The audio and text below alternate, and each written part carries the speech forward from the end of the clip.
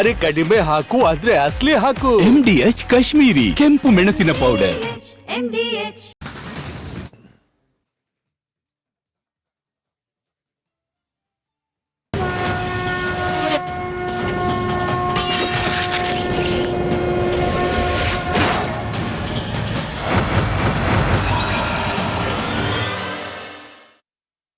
ಮಹಾಭಾರತ ವಿಶೇಷ ಚರ್ಚಾ ಕಾರ್ಯಕ್ರಮಕ್ಕೆ ನಿಮಗೆಲ್ಲರಿಗೂ ಆತ್ಮೀಯ ಸ್ವಾಗತ ವೀಕ್ಷಕರೇ. ನಾನು ಶ್ರೀಪಾದ್ ಪಾಟೀಲ್.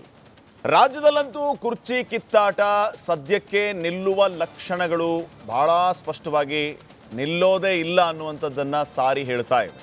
ಒಂದು ಚಿಕ್ಕ ಬ್ರೇಕ್ ಅಂತ ನಾವು ಹೇಗೆ ಹೇಳ್ತೀವೋ ಹಾಗೆ ಅವರು ಬ್ರೇಕ್ ಅಂತ ಅಂದ್ಕೊಂಡು ಮತ್ತೆ ಸ್ಟಾರ್ಟ್ ಮಾಡ್ತಾ ಇದ್ದಾರೆ. ಬಜೆಟ್ನ ನಂತರ ಮತ್ತೆ ಈ ಕುರ್ಚಿ ಕದನ ಶುರುವಾಗಿದೆ. ಹೋದಲ್ಲಿ ಬಂದಲ್ಲಿ ಒಂದು ಕಡೆ ನಾಯಕತ್ವ ಬದಲಾವಣೆ ವಿಚಾರ, ಈಗ ನಿನ್ನೆಯಿಂದ ಮತ್ತೊಂದು ಶುರುವಾಗಿದೆ. ಅದು ನೇರವಾಗಿ ಅಖಾಡಕ್ಕಿಳಿದಿದ್ದಾರೆ. 20ರಿಂದ 30 ಶಾಸಕರು ನಮ್ಮನ್ನ ಮಂತ್ರಿ ಮಾಡಿ ಅಂತ ಹೇಳಿ. ಹಾಗಿದ್ರೆ ಹೈಕಮಾಂಡ್ಗೆ ಈ ಕಾಂಗ್ರೆಸ್ ಪಾರ್ಟಿಗೆ ಈ ಎಲ್ಲ ನಾಯಕರ ಮೇಲೆ ಯಾವುದೇ ರೀತಿಯ ಹಿಡಿತ ಇಲ್ವಾ? ಅಭಿವೃದ್ಧಿಯ ವಿಚಾರವಾಗಿ ಫೋಕಸ್ ಮಾಡದೆ ಬರೀ ಕುರ್ಚಿ ವಿಚಾರವಾಗಿ ಮಾತ್ರ ಕಾಂಗ್ರೆಸ್ನಲ್ಲಿ ಚರ್ಚೆಗಳು ಆಗ್ತಾ ಇದೆಯಾ? ಈ ಮಧ್ಯೆ ಇಕ್ಬಾಲ್ ಹುಸೇನ್ ಸಿದ್ದರಾಮಯ್ಯ ಅವರ ಬಜೆಟ್ ಬಗ್ಗೆ ನೇರವಾಗಿ ಹೇಳಿದ್ದೇನು ಅಂತಂದ್ರೆ, ಮುಖ್ಯಮಂತ್ರಿ ಸಿದ್ದರಾಮಯ್ಯ ಅವರ ಬಜೆಟ್ನಿಂದ ನಮಗೆ ಸಮಾಧಾನ ಆಗಿಲ್ಲ, ಇದು ಯಾವ ಬಜೆಟ್ ಅಂತ ಅವರೇ ಪ್ರಶ್ನೆ ಮಾಡಿಬಿಟ್ರು. ಇದಕ್ಕೇನು ಉತ್ತರ ಕೊಡ್ತಾರೆ ಕಾಂಗ್ರೆಸ್ನ ಮಾನ್ಯ ಹಿರಿಯ ನಾಯಕರುಗಳು? ಹಾಗಿದ್ರೆ ಕಾಂಗ್ರೆಸ್ನಲ್ಲಿ ಎಲ್ಲವೂ ಸರಿ ಇಲ್ಲ ಅನ್ನುವಂಥದ್ದು ಮತ್ತೆ ಸಾಬೀತಾಗ್ತಾ ಇದೆ ಕಳೆದ 2.5 ವರ್ಷಗಳಿಂದ. ಇದು ಯಾವಾಗ ಮುಗಿಯುತ್ತೆ ಅನ್ನುವಂಥದ್ದು ಸದ್ಯಕ್ಕಿನ ಪ್ರಶ್ನೆ. ಸೊ ಈ ಎಲ್ಲ ವಿಚಾರಗಳ ಬಗ್ಗೆ ಚರ್ಚೆಯನ್ನು ಮಾಡೋದಕ್ಕೆ ವಿಶೇಷ ಅತಿಥಿಗಳು ಕೂಡ ಆಗಮಿಸಿದ್ದಾರೆ. ಅವರನ್ನ ನಾನು ಈ ಕಾರ್ಯಕ್ರಮಕ್ಕೆ ಸ್ವಾಗತಿಸ್ತಾ ಇದ್ದೀನಿ. ಮೊದಲೇದಾಗಿ ಹಿರಿಯ ಪತ್ರಕರ್ತರಾಗಿರುವಂಥ ವಿನಾಯಕ್ ಭಟ್ ಅವರು ಆಗಮಿಸಿದ್ದಾರೆ. ಅವರನ್ನ ಕಾರ್ಯಕ್ರಮಕ್ಕೆ ಸ್ವಾಗತಿಸ್ತಾ ಇದ್ದೀನಿ. ಸರ್ ನಮಸ್ಕಾರ. ಕಾಂಗ್ರೆಸ್ನ ವಕ್ತಾರರಾಗಿರುವಂಥ ನಟರಾಜ್ ಗೌಡ್ರು ಇದ್ದಾರೆ. ಗೌಡ್ರೆ ಕಾರ್ಯಕ್ರಮಕ್ಕೆ ಸ್ವಾಗತ. ನಮಸ್ತೆ. ಬಿಜೆಪಿಯ ವಕ್ತಾರರಾಗಿರುವಂಥ ಚಂದ್ರಶೇಖರ್ ಇದ್ದಾರೆ. ಅವರನ್ನು ಕಾರ್ಯಕ್ರಮಕ್ಕೆ ಸ್ವಾಗತಿಸ್ತಾ ಇದ್ದೀನಿ. ವೆಲ್ಕಮ್. ಹಾಗೆಯೇ JDSನ ವಕ್ತಾರರಾಗಿರುವಂಥ ನಾಗೇಂದ್ರ ಬಾಬು ಅವರಿದ್ದಾರೆ. ಅವರನ್ನು ಕಾರ್ಯಕ್ರಮಕ್ಕೆ ಸ್ವಾಗತಿಸ್ತಾ ಇದ್ದೀನಿ. ಕಾರ್ಯಕ್ರಮ ಆರಂಭ ಮಾಡೋದಕ್ಕಿಂತ ಮುಂಚೆ ಈ ಕ್ಯಾಬಿನೆಟ್ ವಿಸ್ತರಣೆ ವಿಚಾರವಾಗಿ ಯಾವೆಲ್ಲ ಹಿರಿಯ ಶಾಸಕರು ಅಖಾಡಕ್ಕೆ ಇಳಿದಿದ್ದಾರೆ, ಅವರ ಬೇಡಿಕೆ ಏನು, ನೇರ ಮಾತುಗಳು ಏನು ಅನ್ನೋದನ್ನ ಒಂದ್ಸರಿ ಕ್ವಿಕ್ ಆಗಿ ನೋಡ್ಕೊಂಬರೋಣ. ಒಂದು 25 ಜನ 30 ಜನ ಶಾಸಕರು ಸೇರಿದ್ದು. ನಮ್ಮ ಉದ್ದೇಶ ಎಷ್ಟು, 2.5 ವರ್ಷಕ್ಕೆ ರೀಶಫಲ್ ಮಾಡ್ತೀವಿ ಅಂತೇಳಿ ನಮ್ಮ ಹೈಕಮಾಂಡು ನಮ್ಮ ಮುಖ್ಯಮಂತ್ರಿಗಳೆಲ್ಲ ಹೇಳಿದರು. ಅದನ್ನು ಜಲ್ದಿ 2.5 ವರ್ಷ ಆಯ್ತಾ ಬಂತು ಮಾಡಿ ಅಂತ. ನಮ್ಮದು ಯಾವುದೇ ನಾಯಕತ್ವದ ವಿರುದ್ಧ ಅಲ್ಲ, ಯಾವುದೇ ಪಕ್ಷದ ವಿರುದ್ಧ ಚಟುವಟಿಕೆ ಅಲ್ಲ. ನಮ್ಮ ಸಮಾನ ಮನಸ್ಕರೆಲ್ಲ ಸೇರಿ ನಮಗೆ ರೀಶಫಲ್ ಮಾಡಿ, ನಮಗೆ ಯಾರ್ಯಾರಿಗೆ ನಿಮ್ಗೆ ಅವಕಾಶ ಸಿಗುತ್ತೋ ನಿಮಗೆ ಬಿಟ್ಟಿದ್ದು ನೀವು ಯಾರಿಗೆ ಕೊಡ್ತೀರೋ ಅವರಿಗೆ ಕೊಡಿ, ನಮಗೆ ಕೊಡಿ ಅಂತಲ್ಲೇ ನಾವು ಕೇಳೋದಿಲ್ಲ. ನೀವು ಯಾರ್ಯಾರಿಗೆ ಹೇಳಿದ್ದೀರಿ ಅವರಿಗೆ ರೀಶಫಲ್ ಜಲ್ದಿ ಮಾಡಬೇಕು ಅನ್ನೋದು. ನಾವೇನು 30 ಜನ ಸೇರಿದ್ರಿ, ಸೊ ಸೀನಿಯರ್ ಸೇರಿದ್ದೀವಿ. ಈಗ ಹಿಂದೆ ಮತ್ತೆ ಕಾಂಗ್ರೆಸ್ ಬರಬೇಕಾದ್ರೆ ನೀವೆಲ್ಲ ಕೂಡ ಈ ಒಂದು ಹಳೆ ಕ್ಯಾಬಿನೆಟನ್ನು ಚೇಂಜ್ ಮಾಡಿ ನಮ್ಮಲ್ಲಿ ಅರ್ಹ ಇರ್ತಕ್ಕಂಥವರಿಗೆ ಜಿಲ್ಲಾವರು ಪ್ರಾತಿನಿಧ್ಯ ಮೇಲೆ ಕೊಡಬೇಕು, ನಮ್ಮ ಸೀನಿಯರ್ಸನ್ನು ಮಂತ್ರಿಗಳು ಮಾಡಬೇಕು ಅಂತೇಳಿ ಒಕ್ಕೊರಲಿನಿಂದ ಗೌರವಾನ್ವಿತ ಮುಖ್ಯಮಂತ್ರಿಗಳನ್ನು DCM ಭೇಟಿ ಮಾಡೋದು, ನಂತರ ಡೆಲ್ಲಿಗೆ ಹೋಗಿ ವರಿಷ್ಠರನ್ನ ಭೇಟಿ ಮಾಡೋದಂತ ತೀರ್ಮಾನ ಆಯಿತು. ಡೆಲ್ಲಿಗೆ 26ಕ್ಕೆ ಹೋಗ್ತೀವಿ. ನಾವೊಂದು ಸಮಾನ ಮನಸ್ಕರ ಇರುವಂಥ ಒಂದಿಷ್ಟು ಹಿರಿಯ ಶಾಸಕರುಗಳಲ್ಲೂ ನಾವು ಸೇರಿದ್ದೀವಿ. ನಮ್ಮ ಉದ್ದೇಶ ಏನಂದರೆ, ರಾಜ್ಯ ಸರ್ಕಾರ 28ಕ್ಕೂ ಸಹ ನಮ್ಮ ಸರ್ಕಾರ ಮುಂದಾಗಿ ಬರಬೇಕು ಅನ್ನೋ ಉದ್ದೇಶದಲ್ಲಿ ಗೊಂದಲಗಳು ಸೃಷ್ಟಿಯಾಗಬಾರ್ದು ಅನ್ನೋ ಇದರಲ್ಲಿ. ಹಾಗೆ ನಾವು ಸಹ ಸುಮಾರು 3 ಸರಿ 4 ಸರಿ 5 ಸರಿ ಗೆದ್ದಿರುವಂಥ ಸೀನಿಯರ್ಗಳಿರೋದ್ರಿಂದ ನಮಗೂ ಸಹ ಮಂತ್ರಿ ಸ್ಥಾನವನ್ನು ಕಲ್ಪಿಸ್ಕೊಡ್ಬೇಕು ಅನ್ನೋದು ನಮ್ಮೆಲ್ಲರೂ ಚರ್ಚೆ ಮಾಡಿದ್ದೀವಿ. ನಾವು ಚರ್ಚೆ ಸುಮಾರು 27 ಜನ 28 ಜನ ಇದ್ದೀವಿ. ಎಲ್ಲರೂ ಸೇರಿ ಒಂದೇ ಚರ್ಚೆ, ನಾವು ಬೇರೆ ಏನು ಕೇಳಲಿಲ್ಲ. ನಮಗೂ ಒಂದು ಅವಕಾಶ ನಾವು ಮಾಡಿಕೊಡ್ಬೇಕು. ಯಾಕಂದರೆ ಇಷ್ಟು ದಿನ ಮಾಡಿದ್ದೀರಿ, ಮತ್ತೊಂದು ಹೊಸೊಬ್ಬರಿಗೆ ಅವಕಾಶ ಮಾಡಿಕೊಡಿ. ಸೀನಿಯರ್ ಇರೋವಂಥ 7-8 ಜನ ಇರಲಿ, ಬಾಕಿಯವ್ರಿಗೆಲ್ಲ ಅವಕಾಶ ಮಾಡಿಕೊಡ್ಬೇಕು ಅನ್ನೋ ರೀತಿಯಲ್ಲಿ ನಾವೆಲ್ಲರೂ ಸೇರಿ ನಿನ್ನೆ ಕೂತು ಚರ್ಚೆ ಮಾಡಿದ್ವಿ. ಬೋರಿಂಗು ಏನು ಕ್ಲಬ್ಬಲ್ಲಿ ಸೇರಿಕೊಂಡು ನಾವೆಲ್ಲ ಚರ್ಚೆ. 2 ವರ್ಷ ಆದಮೇಲೆ ರೀಶಫಲ್ ಮಾಡಿ ಎಲ್ಲರಿಗೂ ಅವಕಾಶ ಕೊಡ್ತೀನಿ ಅಂತ ಹೇಳಿದರು. ಆದ್ದರಿಂದ ನಮಗೆಲ್ಲ 2 ವರ್ಷ ಆಗೋಯ್ತು, ಈಗ ಅಲ್ಲಿ 3 ವರ್ಷ ಆಗ್ತಾ ಬಂತು. ದಯವಿಟ್ಟು ಆದಷ್ಟು ಬೇಗನೆ ಸಂಪುಟ ಪುನರ್ರಚನೆ ಮಾಡಿ ನಮಗೆಲ್ಲ ಸುಮಾರು ನಾವು 34 ಜನ ಇದ್ದೀವಿ. 3 ಟರ್ಮಿಂದ ಮೇಲೆ ಹೋದವರು 3, 4, 5, 6 ಎಲ್ಲ ಸುಮಾರು 34 ಜನ ಇದ್ದೀವಿ. 34 ಜನ ಮಿನಿಮಮ್ 22 ಜನಕ್ಕೆ ನಾವು ಮಂತ್ರಿ ಮಾಡಲೇಬೇಕು ಅಂತ ಹೇಳಿ ನಾವು ಒಕ್ಕೂಟದಿಂದ ಒಂದೇ 1 ಪಾಯಿಂಟ್ ಪ್ರೋಗ್ರಾಮ್ ಹಾಕ್ಕೊಂಡಿದ್ದೀವಿ. ನಮಗೂ ನಾಯಕತ್ವ ಅದಕ್ಕೆ ಸಂಬಂಧ ಇಲ್ಲ. ನಮ್ದೇನಿದ್ರು ಪುನರ್ರಚನೆ ಆಗಬೇಕು, ನಾವು ಮಂತ್ರಿಗಳಾಗಬೇಕು ಅಷ್ಟೇ, ಒಂದೇ ಪಾಯಿಂಟ್. CM ಏನಾರಾಗಲಿ ನಮ್ಮನ್ನು ಮಂತ್ರಿ ಮಾಡ್ರಿ ಸಾಕು ಅನ್ನುವಂಥ ಮಾತನ್ನ ಅಶೋಕ್ ಪಟ್ಟಣ್ ಅವರು ಹೇಳ್ತಾ ಇದ್ದಾರೆ. ನಟರಾಜ್ ಗೌಡರಿಂದಾನೇ ಸ್ಟಾರ್ಟ್ ಮಾಡ್ತೀನಿ. ನಟರಾಜ್ ಗೌಡರ ನ್ಯಾಷನಲ್ ಪಾರ್ಟಿ ಬೀದಿಗೆ ಬಂದು ಹೊಡೆದಾಡುವಂಥ ಪರಿಸ್ಥಿತಿ ಬಂತು. ರಾಜ್ಯದಲ್ಲಿ ಏನಾಗ್ತಾ ಇದೆ, ಅಭಿವೃದ್ಧಿ ರೋಡ್ ಮಾಡೋದ ಮತ್ತೊಂದ ಮುಗದೊಂದ, ಇದ್ರ ಬಗ್ಗೆ ಯೋಚನೆ ಇಲ್ಲ. ಯಾಕೆ ಬರೀ ಹಿಂಗೆ ಆಯ್ತಲ್ಲ 2.5 ವರ್ಷದಿಂದ? ಏನು ಸಮಸ್ಯೆ? ಇಲ್ಲ ಈಗ 2.5 ವರ್ಷದಿಂದ ನಾವು ಯೋಜನೆಗಳ ಬಗ್ಗೆನೂ ಅಭಿವೃದ್ಧಿ ಬಗ್ಗೆನೂ ಸರ್ವಾಂಗೀಣ ಅಭಿವೃದ್ಧಿ ಬಗ್ಗೆನೂ ಎಲ್ಲ ಇಲಾಖೆಗಳ ಅಭಿವೃದ್ಧಿನೂ ಕೂಡ ಭಾಳ ಪ್ರಮುಖವಾಗಿ ಅದನ್ನು ಗಣನೆ ತೆಗೆದುಕೊಂಡು ಆ ಕೆಲಸ ಮಾಡುತ್ತಾ ಇಡೀ ಕರ್ನಾಟಕವನ್ನು ದೇಶದಲ್ಲೇ ಮಾದರಿ ರಾಜ್ಯವನ್ನಾಗಿ ಮಾಡಿ ಆರ್ಥಿಕ ಶಿಸ್ತನ್ನು ಕಾಪಾಡಿಕೊಂಡು ಗ್ಯಾರಂಟಿಗಳಿಂದ ಮೋದಿಯವರು ಕೂಡ ಮೋದಿ ಕಿ ಗ್ಯಾರಂಟಿ ಅಂತ ಥರ ಆ ಲೆಕ್ಕದಲ್ಲಿ ನಾವು ಕೆಲಸವನ್ನು ಮಾಡಿದ್ದೀವಿ. ಹಂಗಾಗಿ ಕರ್ನಾಟಕದ ಅಭಿವೃದ್ಧಿ ತುಂಬ ಸೂಪರ್ ಆಗಿದೆ. ಆದರೆ ನೀವು ಹೇಳಿದ್ದಂಥದ್ದು ಮುಖ್ಯಮಂತ್ರಿ ಬದಲಾವಣೆ ವಿಷಯ ಚರ್ಚೆಗಳು ಬರ್ತಾ ಇತ್ತು. ಈಗ ಬರ್ತಾನೆ ಇದೆ. ಆಯಿತು, ಈಗ ರೀಶಫಲ್ ಆಗಬೇಕು. ಈಗ 2.5 ವರ್ಷಗಳ ನಂತರ ಸ್ವಾಭಾವಿಕವಾಗಿ ಯಾವುದೇ ಸರ್ಕಾರ ಇದ್ದರೂ ಕೂಡ ಒಂದು ಮಂತ್ರಿಮಂಡಲ ವಿಸ್ತರಣೆ ಮಾಡುವಂಥದ್ದು ಅಥವಾ ಪುನರ್ರಚನೆ ಮಾಡುವಂಥದ್ದು ಒಂದು ಸ್ವಾಭಾವಿಕ ಪ್ರಕ್ರಿಯೆ. ಅದು ಮುಖ್ಯಮಂತ್ರಿಗಳಿಗೆ ಪರಮಾಧಿಕಾರ ಇರ್ತದೆ. ಅವರು ಯಾವಾಗ ಬೇಕಾದ್ರೂ ತೀರ್ಮಾನ ಮಾಡ್ಬೋದು, ಯಾವಾಗ ಬೇಕಾದ್ರೂ ಮಂತ್ರಿಮಂಡಲ ರಚನೆ ಮಾಡಬಹುದು. 2.5 ವರ್ಷ ಆಗೋಗಿದೆ, ಇನ್ನು 3 ವರ್ಷಕ್ಕೆ ಹತ್ರಕ್ಕೆ ಬಂದಿದ್ದೀವಿ ನಾವು ಆಲ್ರೆಡಿ. ಸೊ ಹಾಗಾಗಿ ನಮಗೆ ಸೀನಿಯರ್ಗಳಿಗೆ ಕೆಲವರಿಗೆ ಪುನರಚನೆ ಮಾಡಿ ನಮಗೆ ಮಂತ್ರಿಗಳಾಗಿ ಅವಕಾಶ ಕೊಡಿ ಅಂತ ಹೇಳಿ ಒಂದು ಬೇಡಿಕೆಯನ್ನು ಹಿರಿಯ ಶಾಸಕರುಗಳು ಭಾಳ ಬಾರಿ 3 ಬಾರಿ 4 ಬಾರಿ 5 ಬಾರಿ ಶಾಸಕರಾದವರೆಲ್ಲ ಭೇಟಿ ಮಾಡಿ ಇವು ಮನವಿಯನ್ನು ಮಾಡಿದ್ದಾರೆ. ಅವಳಿಗೆ ಯಾವ ರೀತಿಯಾಗಿ ಒಂದು ತಪ್ಪಿಲ್ಲ. ಯಾಕಂದರೆ ಅದು 2.5 ವರ್ಷಕ್ಕೆ ಸ್ವಾಭಾವಿಕವಾಗಿ ಮಾಡಬೇಕಾಗಿದ್ದು 2.5 ವರ್ಷ ದಾಟಿದ್ರೂ ಕೂಡ ಆಗಿಲ್ವಲ್ಲ. ಹಾಗಾಗಿ ಕೇಳಿದ್ದಾರೆ. ಮಾನ್ಯ KPCC ಅಧ್ಯಕ್ಷರಾದ ಮಾನ್ಯ DK ಶಿವಕುಮಾರ್ ಅವರು, ಮಾನ್ಯ ಸಿದ್ದರಾಮಯ್ಯನವರು ಅವರು ಸಮಾಲೋಚನೆ ಮಾಡಿ ಮುಖ್ಯಮಂತ್ರಿಗಳು ಅಧಿಕಾರವನ್ನು ಚಲಾಯಿಸಿ ಪರಮಾಧಿಕಾರ ಅವರೇ ತೀರ್ಮಾನ ಮಾಡಿ ಅದು ಹೈಕಮಾಂಡ್ ಒಪ್ಪಿಗೆಯನ್ನು ತೆಗೆದುಕೊಂಡು ಕೂಡ ಮಾಡ್ಬೋದು. ಅದು ಯಾವಾಗ ಬೇಕಾದ್ರೂ ಮಾಡ್ಬೋದು. ನಾವು ಅನ್ಕೊತಾ ಇದ್ವಿ ಈ ಸೆಷನ್ ಮುಂಚೆನೇ ಆಗುತ್ತೆ ಅಂತ ಯಾರೋ ಮಾಹಿತಿ ಬರ್ತಾ ಇತ್ತು. ಇದಾದ ಮೇಲೂ ಕೂಡ ಈ ಸೆಷನ್ ಏನು ಈ ಬಜೆಟ್ ಸೆಷನ್ ಮುಗಿದ ಮೇಲೆ ಯಾವಾಗ ಬೇಕಾದರೂ ಪುನರಚನೆ ಮೊದಲು ಈ ಕ್ಯಾಬಿನೆಟ್ ವಿಚಾರವಾಗಿ ಅಲ್ಲಿ ಇಲ್ಲಿ ತೆರೆಮರೆಯಲ್ಲಿ ಮಾತಾಡ್ತಾ ಇದ್ದವರು ಇವತ್ತು ನೇರವಾಗಿ ಬಂದು ಹೇಳ್ತಾ ಇದ್ದಾರೆ, ನಮ್ಮನ್ನು ಮಂತ್ರಿ ಮಾಡಬೇಕು, ನಾವು ಎಷ್ಟು ವರ್ಷ ಅಂತ ಕಾಯೋಣ, ನಿಮ್ಮ ನಾಯಕತ್ವದ ಬಡಿದಾಟದಲ್ಲಿ ನಾವು ಮಂತ್ರಿ ಆಗ್ತಾ ಇಲ್ಲ ಅನ್ನೋಂತ ಅಸಮಾಧಾನ ದಾಟಿ ಅವರೆಲ್ಲರಲ್ಲೂ ಇತ್ತು. ಅಂದ್ರೆ ಇವತ್ತು ಅಷ್ಟು ಧೈರ್ಯ ಮಾಡಿದ್ರು, ಇದರ ಉದ್ದೇಶ ಏನು ಅಂತ? ಇಲ್ಲ ಈಗ ಈ ಧೈರ್ಯ ಮುಂಚೆಯಿಂದನೂ ಇತ್ತು. 2.5 ವರ್ಷಗಳ ನಂತರ ಮಾಡಬೇಕಾಗಿತ್ತು, ಇಲ್ಲಿವರೆಗೂ ಆಗಿಲ್ಲ. ಆದರೆ ಅಸಮಾಧಾನ ಅವ್ರಿಗೇನಿದೆ ಅಂತಿಲ್ಲ. ಈಗ 30 ಜನ ಸೇರಿದ್ದವರೊಳಗೆ ಯಾರಿಗೇ ಮಂತ್ರಿ ಮಾಡಿದ್ರು ಕೂಡ ಒಂದು ಸೀನಿಯರ್ಗೆ ಒಂದು ಪುನರಚನೆ ಮಾಡಿ ಒಂದು ಅವಕಾಶ ಬೇರೆಯವ್ರಿಗೆ ಕೊಡಿ ಅಂತ. ಯಾಕಂದರೆ ಜಾತಿವಾರು ಪ್ರಾದೇಶಿಕವಾರು ಹಿರಿತನ ನೋಡಿಕೊಂಡು ಅನುಭವ ಇರತಕ್ಕಂಥವ್ರಿಗೆ ಒಂದು ಅವಕಾಶ ಮಾಡಿಕೊಡಿ. ಯಾಕಂದರೆ ಹೈಕಮಾಂಡ್ ಕೂಡ ಸರ್ಕಾರ ಬಂದಾಗ 2.5 ವರ್ಷ ನಂತರ, ಯಾಕಂದರೆ 136 ಜನ ಗೆದ್ದಿದ್ರು ಆ ಟೈಮಲ್ಲಿ. 136 ಜನ ಗೆದ್ದಿದ್ದೀರಿ, ಕೆಲವರಿಗೆ 32 ಜನಕ್ಕೆ ಮಾತ್ರ ಮಂತ್ರಿ ಮಾಡೋಕ್ಕೆ ಸಾಧ್ಯ ಆಗೋದು. ಇನ್ನೂ ಹಿರಿಯರಿದ್ದೀರಿ, ಅವ್ರಿಗೆಲ್ಲ ನೆಕ್ಸ್ಟ್ 2.5 ವರ್ಷ ನಂತರ ಪುನರಚನೆ ಮಾಡಿದಾಗ ಅವಕಾಶಗಳನ್ನ ಕೊಡಲಾಗುವುದು ಅಂತ ಹೇಳಿ ಹೈಕಮಾಂಡ್ ಹೇಳಿತ್ತು. ಮಾನ್ಯ ಸಿದ್ದರಾಮಯ್ಯನವರು ಹೇಳಿದರು, DK ಶಿವಕುಮಾರ್ ಅವರು ಹೇಳಿದರು. ಹಾಗಾಗಿ ಹಿರಿಯ ಶಾಸಕರು ಇವತ್ತು ಒಂದು ಒಂದು ಭೇಟಿ ಮಾಡಿ ಮನವಿಯನ್ನು ಕಳಿಸಿದ್ದಾರೆ. ಅದು ಮಾನ್ಯ ಸಿದ್ದರಾಮಯ್ಯನವರು ತೀರ್ಮಾನ ಮಾಡಬೇಕಿದೆ. ಅದಕ್ಕೇನೆಂದರೆ ಆ ಥರ ಏನಿಲ್ಲ, ಇದು ಇವತ್ತೇ ಮಾಡಬೇಕು ನಾಳೆ ಮಾಡಬೇಕು ಅಂತ ಆ ಥರ ಇಲ್ಲ. ಬಟ್ ಅವ್ರ ಬೇಡಿಕೆ ಸಮಂಜಸವಾಗಿದೆ. ಯಾಕಂದರೆ ಶಾಸಕರ ಬೇಡಿಕೆ ಸಮಂಜಸವಾಗಿದೆ. ಒಂದು ಅವಕಾಶ ಮಾಡಿ ಗೌಡರಿಗೆ ಆ ಥರ ಇಲ್ಲ ಅನ್ಸುತ್ತೆ. ಅಲ್ಲಿ ಮಾತಾಡಿದವರು ಎಲ್ರಿಗೂ ಅರ್ಜೆಂಟ್ ಇದೆ, ಅವರೆಲ್ಲ ಅರ್ಜೆಂಟ್ ಅಲ್ಲೇ ಸರ್ಕಾರ ಈಗ ಶಿಪೋದು 2.5 ವರ್ಷದಿಂದ ನಾವು ಕಾಯ್ತಾ ಇದೀವಿ ಅಂತ ಹೇಳಿ. ಇಲ್ಲ 2.5 ವರ್ಷ ದಾಟಿದ ಮೇಲೆ ಈಗ 3 ವರ್ಷಕ್ಕೆ ಬಂದಿದೆ. ಇನ್ನು 2 ತಿಂಗಳು ಬಂದರೆ 3 ವರ್ಷ ಆಗೋಗ್ಬಿಡ್ತದೆ. ಸೊ ಆ ಟೈಮಲ್ಲಿ ಇನ್ನು ಕೊನೆಗೆ ಇನ್ನು 2 ವರ್ಷ ಇರ್ತದೆ. ಇನ್ನು 2 ವರ್ಷಕ್ಕಾದ್ರೂ ನಮಗೊಂದು ಅವಕಾಶ ಮಾಡಿಕೊಡಿ ಅನ್ನೋ ಮುಖ್ಯಮಂತ್ರಿಗಳನ್ನು ಸೇರಿಸಿನ ಇದು ಅಥವಾ ಈಗ ಅದು ಆ ಚರ್ಚೆ ಬರಲಿಲ್ಲ. ಇವರಲ್ಲಿ ನಮ್ಮ ಶಾಸಕರೆಲ್ಲ ಏನು ಹೇಳಿದ್ರು, ನಮಗೆ ಮಂತ್ರಿ ಮಾಡಿಕೊಡಿ ಅಂತ.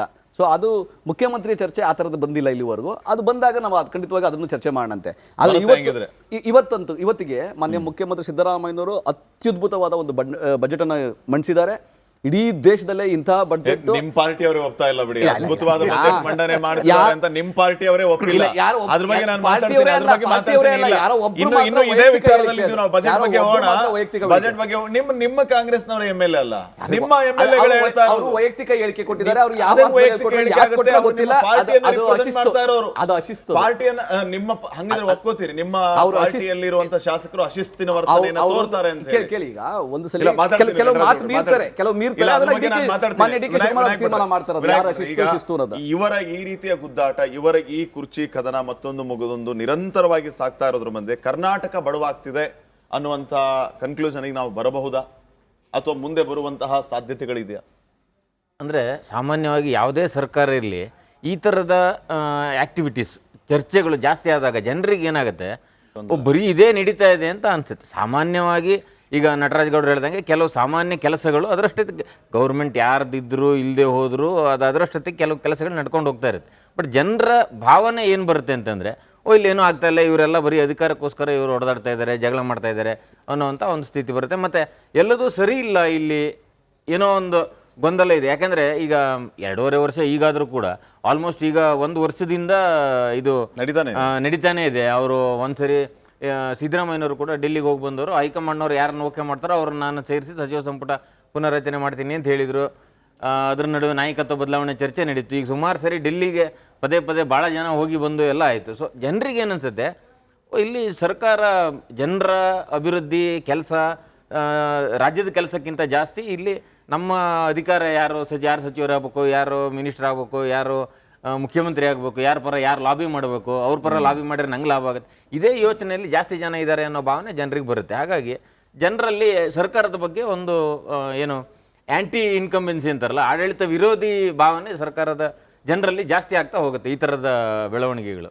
ಓಕೆ, ಚಂದ್ರಶೇಖರ್ ಅವರೇ, ಈಗ ಮುಖ್ಯವಾಗಿ ಸದ್ಯಕ್ಕೆ ಜ್ವಲಂತ ಸಮಸ್ಯೆಗಳೇನು ರಾಜ್ಯದಲ್ಲಿ, ಆ ಜ್ವಲಂತ ಸಮಸ್ಯೆಗಳು ಸಮಸ್ಯೆಯಾಗಿಯೇ ಉಳ್ಕೊಂಡು ಆ ಕಡೆ ರಾಹುಲ್ ಗಾಂಧಿ ಅವರು ಪ್ರಧಾನಮಂತ್ರಿಯಾಗಿ ಓಡಾಡಬೇಕು ಅಂತ ಇದ್ರೆ, ಈ ಕಡೆ ಶಿವಲಿಂಗೇಗೌಡರು ಮಂತ್ರಿಯಾಗಿ ಓಡಾಡಬೇಕು ಅಂತ ರಾಜ್ಯದಲ್ಲಿ, ಇವರಿಬ್ಬರ ಮಧ್ಯೆ ರಾಜ್ಯದ ಜನ ಸಿಲಿಂಡರ್ ಇಲ್ಲ, ಗುಂಡಿ ಮುಚ್ತಾ ಇಲ್ಲ, ನಮಗೆ ಬೆಳೆ ಪರಿಹಾರ ಸಿಗ್ತಾ ಇಲ್ಲ, ತೊಂದರೆ ಮೇಲೆ ತೊಂದರೆಗಳಾಗ್ತಾ ಇದೆ ಅಂತ ಜನ ಮಾತಾಡ್ತಾ ಇದ್ದಾರೆ.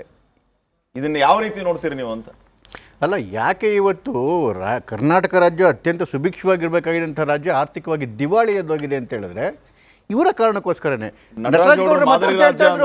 ಮಾದರಿ ರಾಜ್ಯ ಕೇಳಿ, ಯಾರು ನಮ್ಮ ಇಕ್ಬಾಲ್ ಹುಸೇನ್ ಬಾಯಲ್ಲಿ ಕೇಳಿ ಯಾವ ಮಾದರಿ ರಾಜ್ಯ ಅಂತೇಳಿ. ರಾಜಕಾಗಿ ಅವರು ಇವ್ರದೇ MLA ಅವ್ರೇನು ಹೇಳಿದ್ರು, ಅವ್ರ ಬಾಯಲ್ಲಿ ಕೇಳಿ, ನನಗೆ ₹1 ದುಡ್ಡು ಬಂದಿಲ್ಲ, ಅಲ್ಲಿ ಬೆಂಗಳೂರಿಗೆ ಬಂದು ನೇಣು ಹಾಕಬೇಕು ಅಂದ್ರು. ಇವ್ರದೇ MLA ಗೋಪಾಲ್ ಕೃಷ್ಣ ಅವರು, ಮೊಣಕಾಲ್ಮೂರು ಅವರು ಏನು ಹೇಳ್ತಾರೆ, ಚರಂಡಿಗೆ ಒಂದು ಇಡೀ ಮಣ್ಣು ಹಾಕಕ್ಕೂ ನಮ್ಮ ಯೋಗ್ಯತೆಗೆ ದುಡ್ಡಿಲ್ಲ ರೀ ನಮ್ಮ ಹತ್ರ ಅಂತೇಳಿ. ಇವ್ರದೇ ದೇಶಪಾಂಡೆ ಅವರು ಏನಂತ ಹೇಳ್ತಾರೆ, ಯಾವುದು ಆಯೋಗದ ಅಧ್ಯಕ್ಷರು, ₹1 ನಮ್ಮ ಹತ್ರ ದುಡ್ಡಿಲ್ರಿ, ನಮ್ಮನ್ನೇನು ಕೇಳಬೇಡ್ರಿ, ಮುಗಿದಾಗಿದ್ದಾರೆ ನಮ್ಮ ಕತೆರಿ ಅಂತ ಅವರೇ ಹೇಳಿದರು. ಇವರ DK ಶಿವಕುಮಾರ್ ಅವರು ಪಾಪ KSRTC ಸ್ಟ್ರೈಕ್ ಮಾಡ್ತಿದ್ರು. ಯಾರು ಸ್ಟ್ರೈಕ್ ಮಾಡ್ತಿದ್ರು ಹೇಳಿ ಪ್ರಹ್ಲಾದ್? ಡ್ರೈವರ್ಗಳು, ಕಂಡಕ್ಟರ್ಗಳು, ಮೆಕ್ಯಾನಿಕ್ಗಳು. ಪಾಪ ಆವತ್ತಿನ ಜೀವನ ಅವತ್ತು ಮಾಡ್ಕೊಳ್ಳೋರು. 38 ತಿಂಗಳು ಬಾಕಿ ಇದೆ. DK ಶಿವಕುಮಾರ್ ಏನಂತಾರೆ ಗೊತ್ತಾ, ಸರ್ಕಾರದ ಪರಿಸ್ಥಿತಿ ಅರ್ಥ ಮಾಡ್ಕೊಳ್ರಪ್ಪ. ಪಾಪ ಬಡ ಮೆಕ್ಯಾನಿಕ್ಕು, ಡ್ರೈವರು, ಕಂಡಕ್ಟ್ರು ಸರ್ಕಾರ ದಿವಾಳಿ ಎದ್ದೋಗಿದೆ ಅಂತೇಳಿ ಅವ್ರು ಸಂಬಳ ಬಿಡ್ಬೇಕಂತೆ. ಇದು ನಮ್ಮ ಪರಿಸ್ಥಿತಿ, ಇದು ನಮ್ಮ ರಾಜ್ಯದ ಪರಿಸ್ಥಿತಿ. ಒಬ್ಬನೇ ಒಬ್ಬ MLA ಯಾರಾದ್ರೂ ನಮಗೆ ಡೆವಲಪ್ಮೆಂಟ್ಗೆ ದುಡ್ಡು ಬಂದಿದೆ ಅಂತ ಒಬ್ಬನೇ ಬಿಡಿ. CAG ರಿಪೋರ್ಟು 25-26 CAG ರಿಪೋರ್ಟ್ ಏನು ಹೇಳಿದೆ, ಕೊಟ್ಟಿರೋದೇ 69,000 ಕ್ಯಾಪೆಕ್ಸ್ಗೆ, ಕ್ಯಾಪಿಟಲ್ ಇನ್ವೆಸ್ಟ್ಮೆಂಟ್ಗೆ, ಅದರಲ್ಲಿ 5,000 ಕಟ್ ಮಾಡಿದ್ದಾರೆ. ಇದು ಬಡ್ಜೆಟ್ ಏನ್ರಿ? ಇದು ಬಡ್ಜೆಟಾ? ಇದು 8,28.24 ಒಟ್ಟು ಸಾಲ ನಮ್ಮ ರಾಜ್ಯದ್ದು 8.24. ಅದರಲ್ಲಿ ಈ ಪುಣ್ಯಾತ್ಮ ಮಾಡಿರೋದನ್ನ ಇಲ್ಲಿವರೆಗೂ 5,55,000 5,55,000 ಕೋಟಿ ಒಬ್ಬರೇ ಒಬ್ಬ ಸಿದ್ದರಾಮಯ್ಯ ಮಾಡಿರೋದು. ಪ್ರತಿಯೊಬ್ಬ ಮಗುವಿನ ತಲೆ ಮೇಲೆ ಇವತ್ತು ನಮ್ಮ ಮನೇಲಿ ಹುಟ್ಟಿರ್ತಕ್ಕಂಥ ಮಗು ತಲೆ ಮೇಲೆ 1,17,000 ಸಾಲ, ಅದರಲ್ಲಿ 87,000 ಸಾಲ ಸಿದ್ದರಾಮಯ್ಯ ಮಾಡಿರೋದು. ಬಿಜೆಪಿ ವಕ್ತಾರ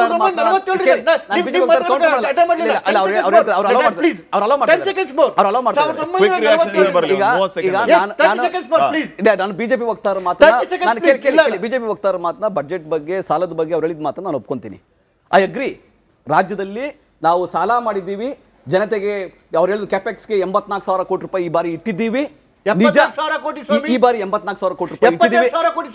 84,000 ಕೋಟಿ ರೂಪಾಯಿ ಇಟ್ಟಿದ್ದೀವಿ, ಅದು ಸತ್ಯ. 84,000 ಕೋಟಿ ರೂಪಾಯಿ ಇಟ್ಟಿದ್ದೀವಿ ಕ್ಯಾಪೆಕ್ಸ್ಗೆ, ಅದು ಸತ್ಯ. ಆದರೆ ಸಾಲ 2.95 ಏನ್ ಹೇಳ್ತಾರೆ, ವಿತ್ತೀಯ ಕೊರತೆ 2.95 ನಲ್ಲಿ ನಾವು ಕಾಪಾಡ್ಕೊಂಡಿದ್ದೀವಿ. ನಮ್ಮ GSDP ಬಂದು 33 ಲಕ್ಷ ಕೋಟಿ ರೂಪಾಯಿ, ನಾವು 24.95 ಸಾಲದ ಪರಿಮಿತಿ ಒಳಗೆ ನಾವು ಇದ್ದೀವಿ. ಕೇಂದ್ರ ಸರ್ಕಾರ 200 ಲಕ್ಷ ಕೋಟಿ ರೂಪಾಯಿ ಸಾಲ ಮಾಡಿದೆ, 200 ಲಕ್ಷ ಕೋಟಿ ರೂಪಾಯಿ ಸಾಲ ಮಾಡಿದೆ. 165 ಲಕ್ಷ ಕೋಟಿ ರೂಪಾಯಿ ಮೋದಿನೇ ಸಾಲ ಮಾಡಿದ್ದಾರೆ. ಅದರೊಳಗೆ 4.4 ವಿತ್ತೀಯ ಕೊರತೆ 4.4 ಇದೆ.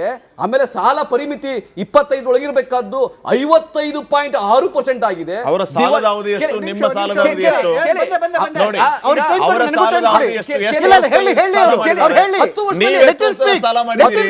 ಆ ಸಾಲದ ಅವಧಿಯನ್ನು ಪ್ರಶ್ನೆ ಮಾಡಿ. 10 ವರ್ಷದಲ್ಲಿ 165 ಲಕ್ಷ ಕೋಟಿ ರೂಪಾಯಿ ಸಾಲ ಮಾಡಿದ್ದಾರೆ. ನೋಡ್ರಿ, ಪೆಟ್ರೋಲ್ ಡೀಸೆಲ್ ಮೇಲೆ ಸೆಸ್ ಹಾಕಿ 20 ಲಕ್ಷ ಕೋಟಿ ರೂಪಾಯಿ ತೆಗೆದುಕೊಂಡ್ರು ಕೂಡ, 25 ಲಕ್ಷ ಕೋಟಿ ರೂಪಾಯಿ ತೆಗೆದುಕೊಂಡ್ರು ಕೂಡ ರಾಜ್ಯಗಳಿಗೆ ಏನು ಹಂಚಿಕೆ ಇಲ್ಲ. ಕೇವಲ ಕೆಲವು ರಾಜ್ಯಗಳಿಗೆ ಕೆಲವು ಉದ್ಯಮಿಗಳಿಗೆ ಸಾಲ ಮನ್ನಾ ಮಾಡಿಕೊಂಡು 16.5 ಲಕ್ಷ ಕೋಟಿ ರೂಪಾಯಿ ಸಾಲ ಮನ್ನಾ ಮಾಡಿಕೊಂಡು ಕೇಂದ್ರ ಸರ್ಕಾರ ಯಾರಿಗೆ ಸೇವೆ ಮಾಡ್ತಾ ಇದೆ? ಇಲ್ಲಿ 7 ಕೋಟಿ ಕನ್ನಡಿಗರ ಸೇವೆ ಮಾಡ್ತಾ ಇದೆ. ಇಡೀ ಪ್ರಪಂಚ ಮೆಚ್ಚುವಂತಹ ಗ್ಯಾರಂಟಿ ಯೋಜನೆಗಳನ್ನ ನಾವು ಇಂಪ್ಲಿಮೆಂಟ್ ಮಾಡಿದ್ದೇವೆ. ಇಡೀ ದೇಶ, ಇಡೀ ಪ್ರಪಂಚ ಮೆಚ್ಚುವಂತಹ ಸಾರ್ವತ್ರಿಕ ಮೂಲ ಆದಾಯ ಪರಿಕಲ್ಪನೆಯನ್ನು ನಾವು ಗ್ಯಾರಂಟಿ ಯೋಜನೆ ಇಂಪ್ಲಿಮೆಂಟ್ ಮಾಡಿದ್ದೀವಿ. ಆ ಹೆಮ್ಮೆ ನಮಗಿದೆ. ಆಯ್ತಲ್ಲ, 8.24 ಲಕ್ಷದಲ್ಲಿ 5.55 ಲಕ್ಷ ಬರೀ ಸಿದ್ದರಾಮಯ್ಯರೇ ಮಾಡಿರೋದು. ಈ ಸರಿ ಸಿದ್ದರಾಮಯ್ಯವ್ರು ಮಾಡಿರೋ ಸಾಲ ಎಷ್ಟು ಅಂತ ಹೇಳಿದ್ರೆ 1,32,000 ಕೋಟಿ ಅಡಿಷನಲ್ ಆಗಿ ಹೇಳ್ತಾರಲ್ಲ, ಅದಕ್ಕೆ ಕ್ಯಾಪೆಕ್ಸಿ ಕೊಟ್ಟಿರೋದು ಎಷ್ಟು ಗೊತ್ತಾ? ಬರೀ 72,000 ಕೋಟಿ. ಮೋದಿ ವಿಚಾರ ಹೇಳಿದ್ರಲ್ಲ, ಮೋದಿ ಅವರಿಗೆ 2014ರಲ್ಲಿ ಮನಮೋಹನ್ ಸಿಂಗ್ ಅವರು ಮೋದಿಗೆ ಬಿಟ್ಟಾಗ 65.44 ಕೋಟಿ ಸಾಲ ಇತ್ತು. 65 ಲಕ್ಷ ಕೋಟಿ ಸಾಲ, 58 ಲಕ್ಷ ಕೋಟಿ ಪ್ಲಸ್ 18 ತಿಂಗಳು ಸಬ್ಸಿಡಿ ಪ್ಲಸ್ ಆಯಿಲ್ ಬಾಂಡ್ ಸೇರಿ 64,55,000 ಕೋಟಿ ಬೈದಿದ್ದು. ಅದಾದ್ಮೇಲೆ ನೋಡಿ 59 ಲಕ್ಷ ಕೋಟಿ ಬರೀ ಕೊರೋನಾಗೆ ಮಾಡಿದ್ವಿ. ಇವ್ರು ಯಾರು ಗೌರ್ಮೆಂಟ್ ಬರಲಿಲ್ಲ. ಲಕ್ಷ ಕೋಟಿ ಪ್ಯಾಕೇಜ್ ಬಿಡಬೇಡಿ ಪ್ರಹ್ಲಾದ್ ಅವ್ರಿಗೆ. ಗಿಲಿಗಿಲಿ ಒಂಥರ ಬರ್ನಾಲ್ ಹಚ್ಕೊಂಡಂಗೆ ಕೇಳ್ಬೇಕಾರೆ ಕೇಳಿ. ಸುಳ್ಳು ಯಾವುದು? ಸತ್ಯ ಕೇಳಿ ಮತ್ತೆ. ಮಾಡಿರ್ತಕ್ಕಂಥ ಹೇಳಿದಿನಲ್ಲ, 20 ಲಕ್ಷ ಕೋಟಿ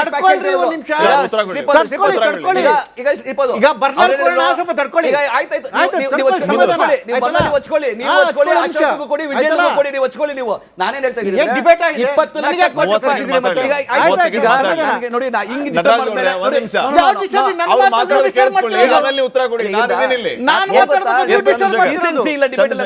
ಕೋಟಿ ಉತ್ತರ ಕೊಡಬೇಕಾಗುತ್ತೆ. ಕೇಂದ್ರ ಸರ್ಕಾರದ ಕ್ಯಾಪಿಟಲ್ ಇನ್ವೆಸ್ಟ್ಮೆಂಟ್ ಎಷ್ಟು? ಕ್ಯಾಪೆಕ್ಸ್ ನೋಡಿ. ಕ್ಯಾಪಿಟಲ್ ಇನ್ವೆಸ್ಟ್ಮೆಂಟ್ ಯಾಕೆ ಪ್ರಮುಖ ಅಂತ ಹೇಳಿದ್ರೆ, ₹1 ಇನ್ವೆಸ್ಟ್ಮೆಂಟ್ ಮಾಡಿದ್ರೆ 3.5-4 ವರ್ಷದಲ್ಲಿ ₹5 ವಾಪಸ್ ಬರ್ತದೆ. ನೀವು ರಸ್ತೆಗೆ ಹಾಕ್ತೀರಾ, ನೀವು ಬಂದರಿಗೆ ಹಾಕ್ತೀರಾ, ವಿಮಾನ ನಿಲ್ದಾಣಕ್ಕೆ ಹಾಕ್ತೀರಾ, ಇದಕ್ಕಾಗ್ತೀರಾ, ಬ್ರಿಡ್ಜ್ಗಳಿಗೆ ಹಾಕ್ತೀರಾ ಅಂತೇಳಿ. ಕೇಂದ್ರ ಸರ್ಕಾರದ ಕ್ಯಾಪೆಕ್ಸ್ 89 ಲಕ್ಷ ಕೋಟಿ. ನಮ್ಮಲ್ಲಿ ಕ್ಯಾಪೆಕ್ಸ್ ಎಷ್ಟು?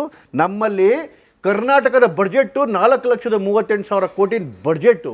ಅದರಲ್ಲಿ ಕ್ಯಾಪೆಕ್ಸ್ ಇವರು ಇನ್ವೆಸ್ಟ್ ಇದಕ್ಕೆ ಅಂತ ಆಗ್ತಿರ್ತಕ್ಕಂಥದ್ದು ಕೇವಲ 72,000 ಕೋಟಿ, 72,000 ಕೋಟಿ. ನೋಡಿ 50 ನನಗೆ ಬೇಜಾರಾಗೋದು ಏನು ಗೊತ್ತಾ ಪ್ರಹ್ಲಾದ್? ಮಾತಿದ್ರು ನಾವು ಗ್ಯಾರಂಟಿ ಕೊಡ್ತೀವಿ ಕೊಡ್ತಾರೆ ಅಂತಾರೆ. 4.5 ಲಕ್ಷ ಕೋಟಿ ಬಡ್ಜೆಟಲ್ಲಿ ಇದು ಗ್ಯಾರಂಟಿ, ಎಲ್ಲ ಗ್ಯಾರಂಟಿನೂ ಕೊಟ್ಟರು ಬರೀ 52,000 ಕೋಟಿ ಹೋಗೋದ್ರಿ. ಇನ್ನು ಮಿಕ್ಕಿದ್ದು 3,92,000 ಕೋಟಿ ಎಲ್ಲಿಗೆ ಹೋಗ್ತಾ ಇದೆ ಅದು? ಅದ್ರ ಮೇಲೆ ಇವ್ರು ಬರೀ 52,000 ಕೋಟಿ ಗ್ಯಾರಂಟಿ ಕೊಡೋದಕ್ಕೆ 1.25 ಲಕ್ಷ ಕೋಟಿ ಸಾಲ ಮಾಡ್ತಾರೆ. ಅದ್ರ ಮೇಲೆ 17,000 ಕೋಟಿ ಪಾಪ ದಲಿತರ ದುಡ್ಡು, SC ST TSP ದುಡ್ಡು ಅದನ್ನು ನುಂಗ್ ನೀರು ಕುಡಿತಾರೆ. ಅದಾದ್ಮೇಲೆ ಹಾಲಿಂದ ಹಿಡ್ಕೊಂಡು ಆಲ್ಕೋಹಾಲ್ ವರ್ಗು, ಪೇಪರ್ ಇಂದ ಹಿಡ್ಕೊಂಡು ಎಲ್ಲರೂ ರೇಟ್ ಜಾಸ್ತಿ ಮಾಡ್ತಾರೆ. ಅದು 73,000 ಕೋಟಿ ಅಡಿಷನಲ್ ಹೋಗ್ತಾರೆ. ಎಲ್ಲೋಗ್ತಾ ಇದ್ದಾರೆ ಈ ದುಡ್ಡು? ಹೋಗ್ಲಿ, ಎಲ್ಲ MLAಗಳು ಹೇಳ್ತಾರೆ ನಾವು ಬಂದು ನೇಣು ಹಾಕೋಬೇಕು ಅಂತೇಳಿ. ಇವ್ರ MLAಗಳು ಹೇಳ್ತಾರೆ ₹1 ಕೊಡಲ್ಲ ಅಂತೇಳಿ. ಈ ಕಡೆಗೆ MLAಗಳಿಗೆ ಕೊಡೋಕೆ ದುಡ್ಡಿಲ್ಲ. ₹1 ಕನ್ಸೆಷನ್ ಆಗಿಲ್ಲ. 1 ಕಿಲೋಮೀಟರ್ ಇದನ್ನ ಬರ್ದಿಲ್ಲ. ಅಲ್ಲಿ ಸಂಬಳಗಳು ಕೊಟ್ಟಿಲ್ಲ ರೀ. ಪಾಪ ಅವ್ರು ಯಾರು ಹೆಲ್ತ್ ನೌಕರರು, ಅವ್ರಿಗೆ ಸಂಬಳ ಕೊಟ್ಟಿಲ್ಲ. KSRTC ನೌಕರರು ಸಂಬಳ ಕೊಟ್ಟಿಲ್ಲ. ಇಡೀ ರಾಜ್ಯವನ್ನು ದಿವಾಳಿ ಮಾಡಿದ್ರೆ ನಾಗೇಂದ್ರ ಅವರೇ ನೋಡ್ತಾ ಇದೀವಿ ಈಗ ಈ ಬಜೆಟ್ನ ಲೆಕ್ಕಾಚಾರ, ಅಂಕಿ ಸಂಖ್ಯೆ, ಇದು ಸರ್ಪ್ಲಸ್ಸೋ ಡೆಫಿಸಿಟೋ ಅನ್ನೋದು ಒಂದು ಕಡೆ ಇರಲಿ. ಆದರೆ ಜ್ವಲಂತ ವಿಚಾರಗಳ ಬಗ್ಗೆ ನಾವು ಚರ್ಚೆಯನ್ನು ಮಾಡಿದಾಗ ಕಾಂಗ್ರೆಸ್ ಅಧಿಕಾರಕ್ಕೆ ಬಂದಾಗಿನಿಂದ ಈ ಕ್ಷಣದವರೆಗೂ ಕೂಡ ಕುರ್ಚಿ ವಿಚಾರ, ಮಂತ್ರಿಗಿರಿ ವಿಚಾರ, ಮಂತ್ರಿಗಿರಿ ವಿಚಾರ, ದೆಹಲಿಗೆ ಹೋಗ್ತೀವಿ ಬರ್ತೀವಿ ಇದೇ ಆಯಿತು ಅನ್ನುವಂಥದ್ದು ಈಗ ಜನಸಾಮಾನ್ಯರಲ್ಲೂ ಉಳಿದಿದೆ. ನಮಗೇನು ಮಾಡ್ತಾ ಇದ್ದೀರಿ ಅನ್ನುವಂಥದ್ದು ಜನರ ಪ್ರಶ್ನೆ. ನಿಮಗೇನು ಅನಿಸುತ್ತೆ? ನನಗೆ ದಯಮಾಡಿ ಕಾಲಾವಕಾಶ ಕೊಟ್ಟಿದ್ದಕ್ಕೆ ಸಂತೋಷ ಆಯಿತು. ಮೊದಲನೇದಾಗಿ ಮೊನ್ನೆ ಒಂದು ಕಾಲಾವಕಾಶ ಕೊಡ್ತೀವಿ. ಇಲ್ಲ, ಯಾಕೆ ಅಂತಂದರೆ ನೋಡ್ತಾ ಇದ್ದೆ ನಾನು ಚರ್ಚೆಗಳನ್ನ. ಮೊನ್ನೆ ಒಂದು ಹಳ್ಳಿಗೆ ಹೋಗಿದ್ದೆ, ಊರಬ್ಬಕ್ಕೆ. ಅಲ್ಲಿ ಊಟ ಆದಮೇಲೆ ಎಲ್ಲ ಕೂತಿದ್ರು ಹಳ್ಳಿಯವರೆಲ್ಲ. ಟಿ ವಿಲಿ ಇದೇ ಒಂದು ಚರ್ಚೆದು ಬರ್ತಾಯಿತ್ತು ತಮ್ಮ ಡಿಬೇಟ್ಗಳನ್ನ. ಅಲ್ಲಿ ಜನಗಳೆಲ್ಲ ನೋಡ್ತಾ ಇರಬೇಕಾದ್ರೆ, ರೈತರು ಎಲ್ಲ ಬಡವರೆಲ್ಲ ಕೂತು ನೋಡಬೇಕಾದ್ರೆ ಅಲ್ಲಿ ಚರ್ಚೆ ಆಗ್ತಾಯಿದ್ದು 1,00,000 ಕೋಟಿ 1,000 ಕೋಟಿ ವಿಚಾರನೇ ನಡೀತಾ ಇತ್ತು. ಇರ್ತಕ್ಕಂಥ ಡಿಬೇಟ್ ಮುಗಿದ್ಮೇಲೆ ಒಂದು ಮಾತು ಕೇಳಿದ್ರು, ಅಣ್ಣ ನೀನು ಒಬ್ಬ ವಕ್ತಾರ, ಡೈಲಿ ಅಲ್ಲಿ ಹೋಗ್ತೀಯಲ್ಲ, ಏನು ನಮ್ಮ ವೇದಿಕೆಗಳ ಮೇಲೆ ಕೂತ್ಕೊಂಡು 1,00,000 ಕೋಟಿಗಳಂತೀರಲ್ವಾ? ನಮಗೊಂದು ರೈತರ ಸಾಲ ಮನ್ನಾ ಆಗಿಲ್ಲ, ಒಂದು ಬೆಂಬಲ ಬೆಲೆ ಸಿಕ್ಕಿಲ್ಲ, ಗೊಬ್ಬರ ಸಿಗ್ತಾ ಇಲ್ಲ, ನಾವು ತಿನ್ನೋಕ್ಕೆ ಅನ್ನ ಸರಿಯಾಗಿಲ್ಲ, ನಾವು ಕೇಳ್ತಾ ಇರ್ತಕ್ಕಂಥ ದಿನನಿತ್ಯ ಬಳಕೆ ವಸ್ತುಗಳೊಂದು ಹಾಲು ಈ ಥರದವು ಯಾವುದು ನಮ್ಮ ಬೆಂಬಲ ಬೆಲೆ ಸಿಗಲಿಲ್ಲ, ತಂಬಾಕು ಬೆಂಬಲ ಬೆಲೆ ಸಿಗಲಿಲ್ಲ, ಇದಕ್ಕೆ ಕಬ್ಬುಗೆ ಬೆಂಬಲ ಬೆಲೆ ಸಿಗಲಿಲ್ಲ. ಈ ಥರದ 1,00,000 ಕೋಟಿ ಅಂತಿರಲ್ಲ, ಹೆಂಗಿದು ಅಂತ ನಾನು ಕೇಳಿದ್ರು. ಅದಕ್ಕಂತಾನೆ ಹೇಳಿದವ್ರನ್ನ ದಯಮಾಡಿ ಒಂದು ಸ್ವಲ್ಪ ಕೇಳಿದ್ರೆ ನಿಮ್ಗೆ ಉತ್ತರ ಸಿಗುತ್ತೇನೋ ಅಂತಕ್ಕಂಥದ್ದು ಹೇಳಿದೆ. ತಾವು ಇವತ್ತು ಕರೆದಿರ್ತಕ್ಕಂಥ ಶೀರ್ಷಿಕೆ ಕುರ್ಚಿ ಕದನದಲ್ಲಿ ನಾನು ಅನೇಕ ಸಂದರ್ಭಗಳಲ್ಲಿದೆ. ಕರ್ನಾಟಕ ರಾಜ್ಯದಲ್ಲಿ ಕಳೆದ 2.5 ವರ್ಷಗಳಿಂದ ಕೂಡ ಡೇ ಒನ್ನು ಕೊಟ್ಟ ಮಾತಿಗೆ ಸ್ಟಿಕ್ ಆನ್ ಆಗಬೇಕು ಅಂತಕ್ಕಂಥದ್ದು ನಾವೆಲ್ಲ ಹೇಳಿರ್ತಕ್ಕಂಥದ್ದು, ಸ್ವಪಕ್ಷದಲ್ಲಿರ್ತಕ್ಕಂಥವ್ರು. ಇವರಿಗೆ ಸರಿಸುಮಾರು 136 ಸೀಟು ಸಂಪೂರ್ಣವಾದಂಥ ಬೆಂಬಲವನ್ನು ಕೊಟ್ಟು ಒಳ್ಳೆಯ ಸರ್ಕಾರವನ್ನು ಕೊಡಿ ಅಂತಕ್ಕಂಥದ್ದು ಜನ ತೀರ್ಮಾನ ಮಾಡಿದರು. ತೀರ್ಮಾನ ಮಾಡಿದಂಥ ಸಂದರ್ಭದಲ್ಲಿ ಕೇವಲ ಇವರು ಅಧಿಕಾರಕ್ಕೋಸ್ಕರ ಕಾದಾಡ್ತಾ ಇರ್ತಕ್ಕಂಥದ್ದು ಒಂದಾದರೆ, ಎರಡನೇದು ಶ್ರೀಪಾದವರೇ, ನಾನು ಆಲ್ರೆಡಿ ಕೆಲವು ಡಿಬೇಟಲ್ಲಿ ತಮ್ಮಲ್ಲೇ ಹೇಳಿದ್ದೀನಿ, ಇವರಲ್ಲಿ ಹಣ ಇಲ್ಲ, ಇವು ದಿವಾಳಿ ಎದ್ದೋಗಿದ್ದಾರೆ. ಕಾಲಹರಣ ಯಾವ ರೀತಿ ಮಾಡಬೇಕು ಅಂತಕ್ಕಂಥ ಅನೇಕ ಸಂದರ್ಭದಲ್ಲಿ ಇವತ್ತು ಹೇಳಿದ್ದೀನಿ. ಕಾಲಹರಣ ಮಾಡಬೇಕು ಅಂತಂದರೆ ಒಂದು ವಿಚಾರವನ್ನು ಸೃಷ್ಟಿ ಮಾಡಬೇಕು. ನೋಡಿ ಇವತ್ತಿದೆಯಲ್ಲ, ಇದು ಸಿಂಪಲಾಗಿ ನಿಮ್ಗೊಂದು ಮಾತು ಹೇಳ್ತಾ ಇದ್ದೀನಿ. 4 ಜನ ಕೆಲವು ಹಿರಿಯ ಮುಖಂಡರುಗಳು ಮಾತಾಡಿದ್ರು ಕಾಂಗ್ರೆಸ್ ಅವರು. ಒಬ್ಬರು ಹೇಳ್ತಾರೆ 28 ಜನ, ನಾವು 30 ಜನ, 34 ಜನ, 32 ಜನ, ಒಬ್ಬರಲ್ಲೂ ಕೂಡ ಹೊಂದಾಣಿಕೆ ಇಲ್ಲ. ನಂಬರ್ 1. ನಂಬರ್ 2 ಅವ್ರು ಹೇಳ್ತಾರೆ ನಾವು ಸಮಾನ ಮನಸ್ಕರು ಅಂತ. 136 ಜನದಲ್ಲಿ 20 ಜನ ಸಮಾನ ಮನಸ್ಕರು ಅಂದ್ರೆ ಮಿಕ್ಕಿದವ್ರು ಏನಾಗಿದ್ದಾರೆ ಹಾಗಾದ್ರೆ? ದಯಮಾಡಿ ತಾವು ಹೇಳಬೇಕು. ನಾವೆಲ್ಲ ಹೇಳಿದ್ರು, 4 ಜನ ಹೇಳಿದ್ರು ನಾವು ಸಮಾನ ಮನಸ್ಕರು ಅಂತಕ್ಕಂಥದ್ದನ್ನ. 136ರಲ್ಲಿ 20 ಜನ ಸಮಾನ ಮನಸ್ಕರು ಅಂದ್ರೆ ಮಿಕ್ಕಿದವ್ರು ಯಾರು? ಇಲ್ಲ ಒಂದ್ ನಿಮಿಷ ಸಮಾನ ಮನಸ್ಕರು ಮೂರು ಬಾರಿ ಗೆದ್ದಿದ್ದಾರೆ.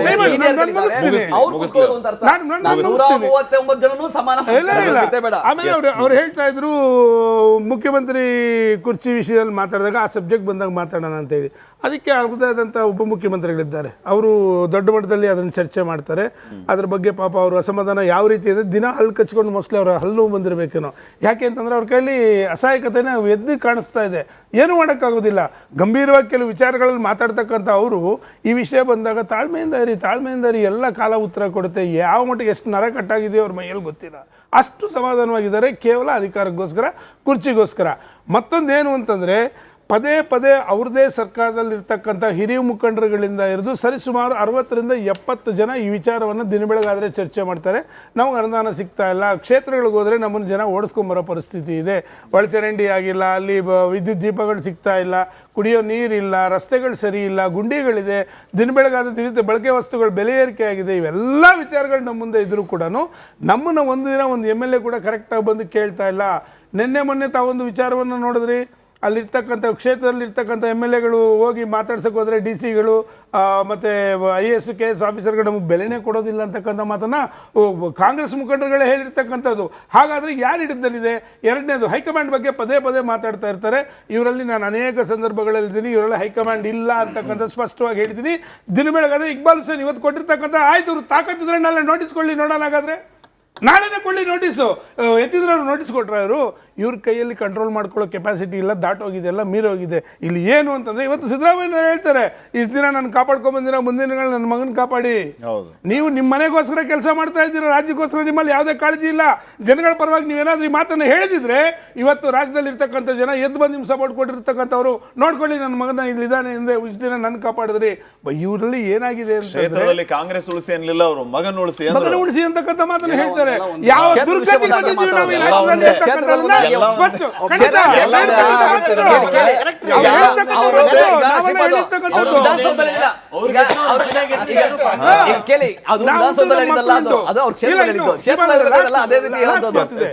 ಆಮೇಲೆ ಇಲ್ಲಿ ಅತಿ ಹಿರಿಯ ಮುಖಂಡರುಗಳಿದ್ದಾರೆ, ದೊಡ್ಡವರಿದ್ದಾರೆ. ದೇಶಪಾಂಡೆ ಅವರಂತವರಿದ್ದಾರೆ, ಈಗ HK ಪಾಟೀಲ್ ಅಂತವರಿದ್ದಾರೆ.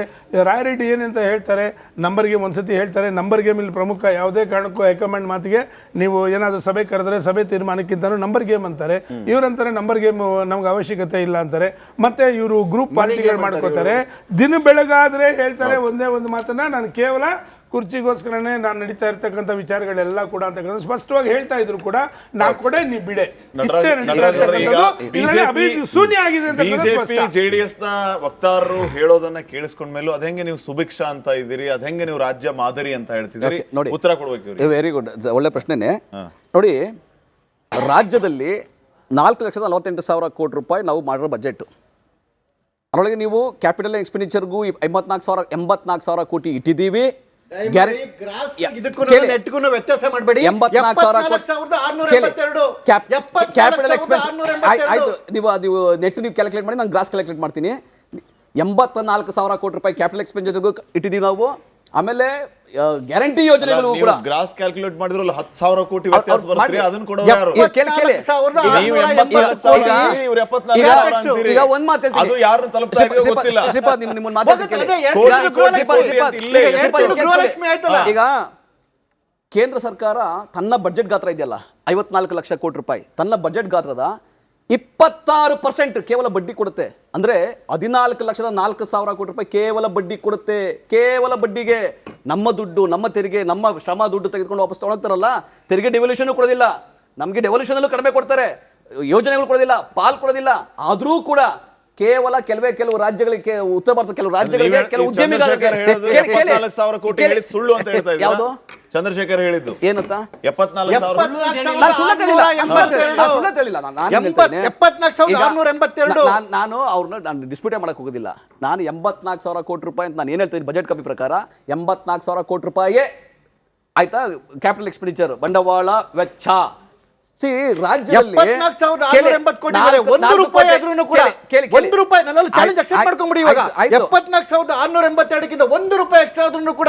ನೀವು ಹೇಳ್ತೀನಿ ಚಾಲೆಂಜ್ ರೆಡಿ ಆಗ್ತೀನಿ, ನೀವು ಸರಿ ಆಗ್ತೀರಾ?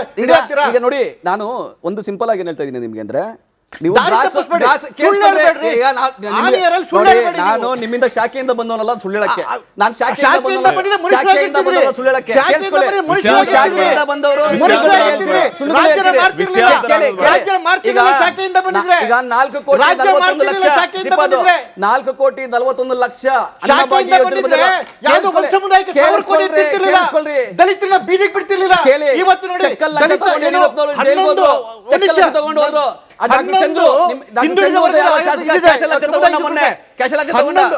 ಹಿಂದುಳಿದವರಿಗೆ ಮತ್ತೆ ದಲಿತರಿಗೆ ಸೇರಿ ಎಲ್ಲರಿಗೆ 532 ಕೋಟಿ ಒಂದೇ ಒಂದು ಸಮುದಾಯದ ಶಾಲಾಭಿವೃದ್ಧಿಗೆ 1,000 ಕೋಟಿ. ಶ್ರೀಪಾದ್ ಶಾಖೆಗೆ ಹೋಗಿ ಮನುಷ್ಯತ್ವ ಬಂದಿರೋದು. ಶಾಖೆಗೆ ಹೋಗಿ ದಲಿತರು ಚೆಕ್ ತಗೊಂಡ್ರು, ಶಾಖೆಗೆ ಹೋದವರು ನೀವೆಲ್ಲ ಶಾಖೆಯಿಂದ ಕಲ್ಸ್ಕೊಂಡ್ ಬಂದಿದ್ದೆ. ಕುಮಾರಸ್ವಾಮಿ ಒಂದು ಮಾತು ಹೇಳಿದ್ರು, ಕುಮಾರಸ್ವಾಮಿ ಒಂದು ಮಾತು ಹೇಳಿದ್ರು, ವಿಷಯಾಂತರ ಬೇಡ, ಇದು ನಮ್ಮ ವಿಷಯ ಅಲ್ಲ. Please please come to the point, come to the matter. ಮೋದಿನೂ ಕೂಡ ಜೈಲ್ಗೆ ಹೋಗ್ತಾರೆ, ಆದ್ರೆ ಇಂಥ ಕೆಲಸ ಮಾಡ್ತಾರೆ.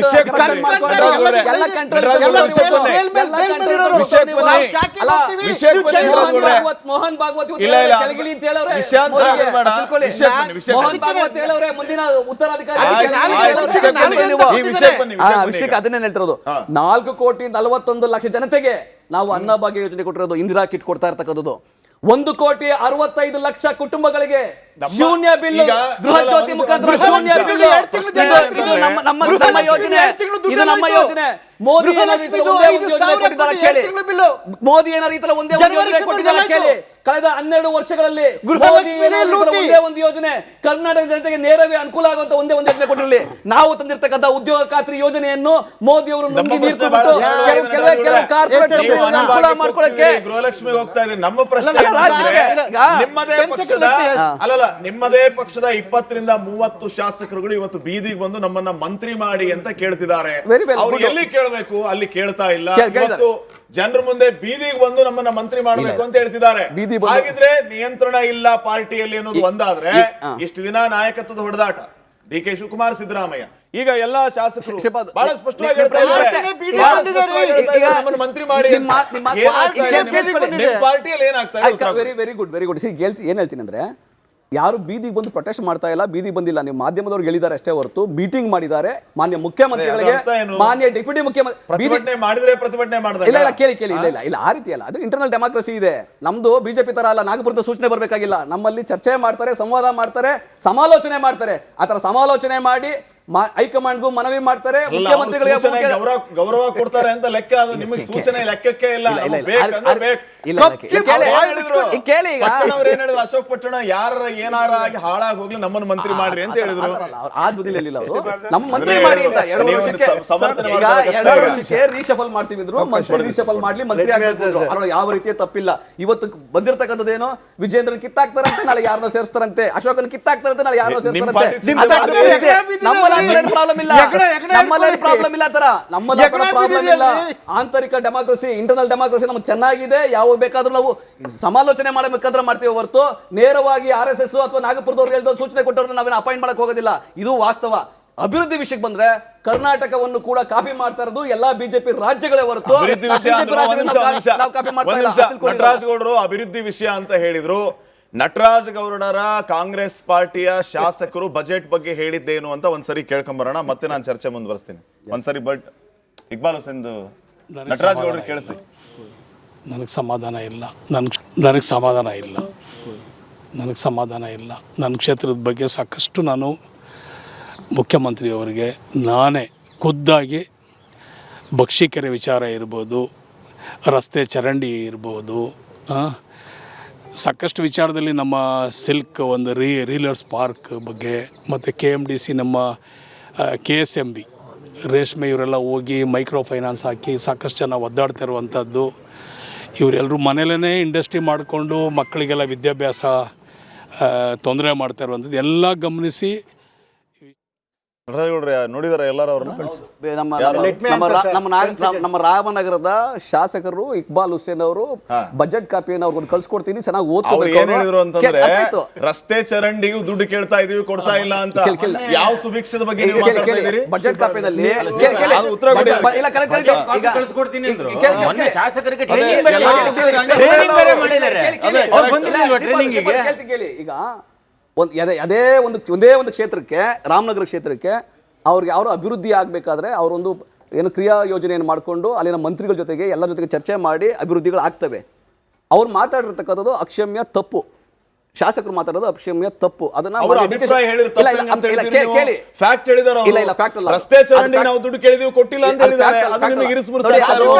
ಶ್ರೀ ರಾಮಲಿಂಗಾರೆಡ್ಡಿ ಅವರು ಅಲ್ಲಿ ಉಸ್ತುವಾರಿ ಸಚಿವರು. ರಾಮಲಿಂಗಾರೆಡ್ಡಿ ಅವರು ಒಳ್ಳೆಯ ಕೆಲಸವನ್ನು ಮಾಡ್ತಾ ಇದ್ದಾರೆ. ಅವ್ರ ಎಲ್ಲಾ ಇಲಾಖೆಗಳ ಮುಖಾಂತರ ಕೇಳಿ, ಶಾಸಕರೇ ಸತ್ಯವನ್ನು ಒಪ್ಕೊಳ್ಳಿ ನಟರಾಜ್ ಗೌಡ್ರೆ.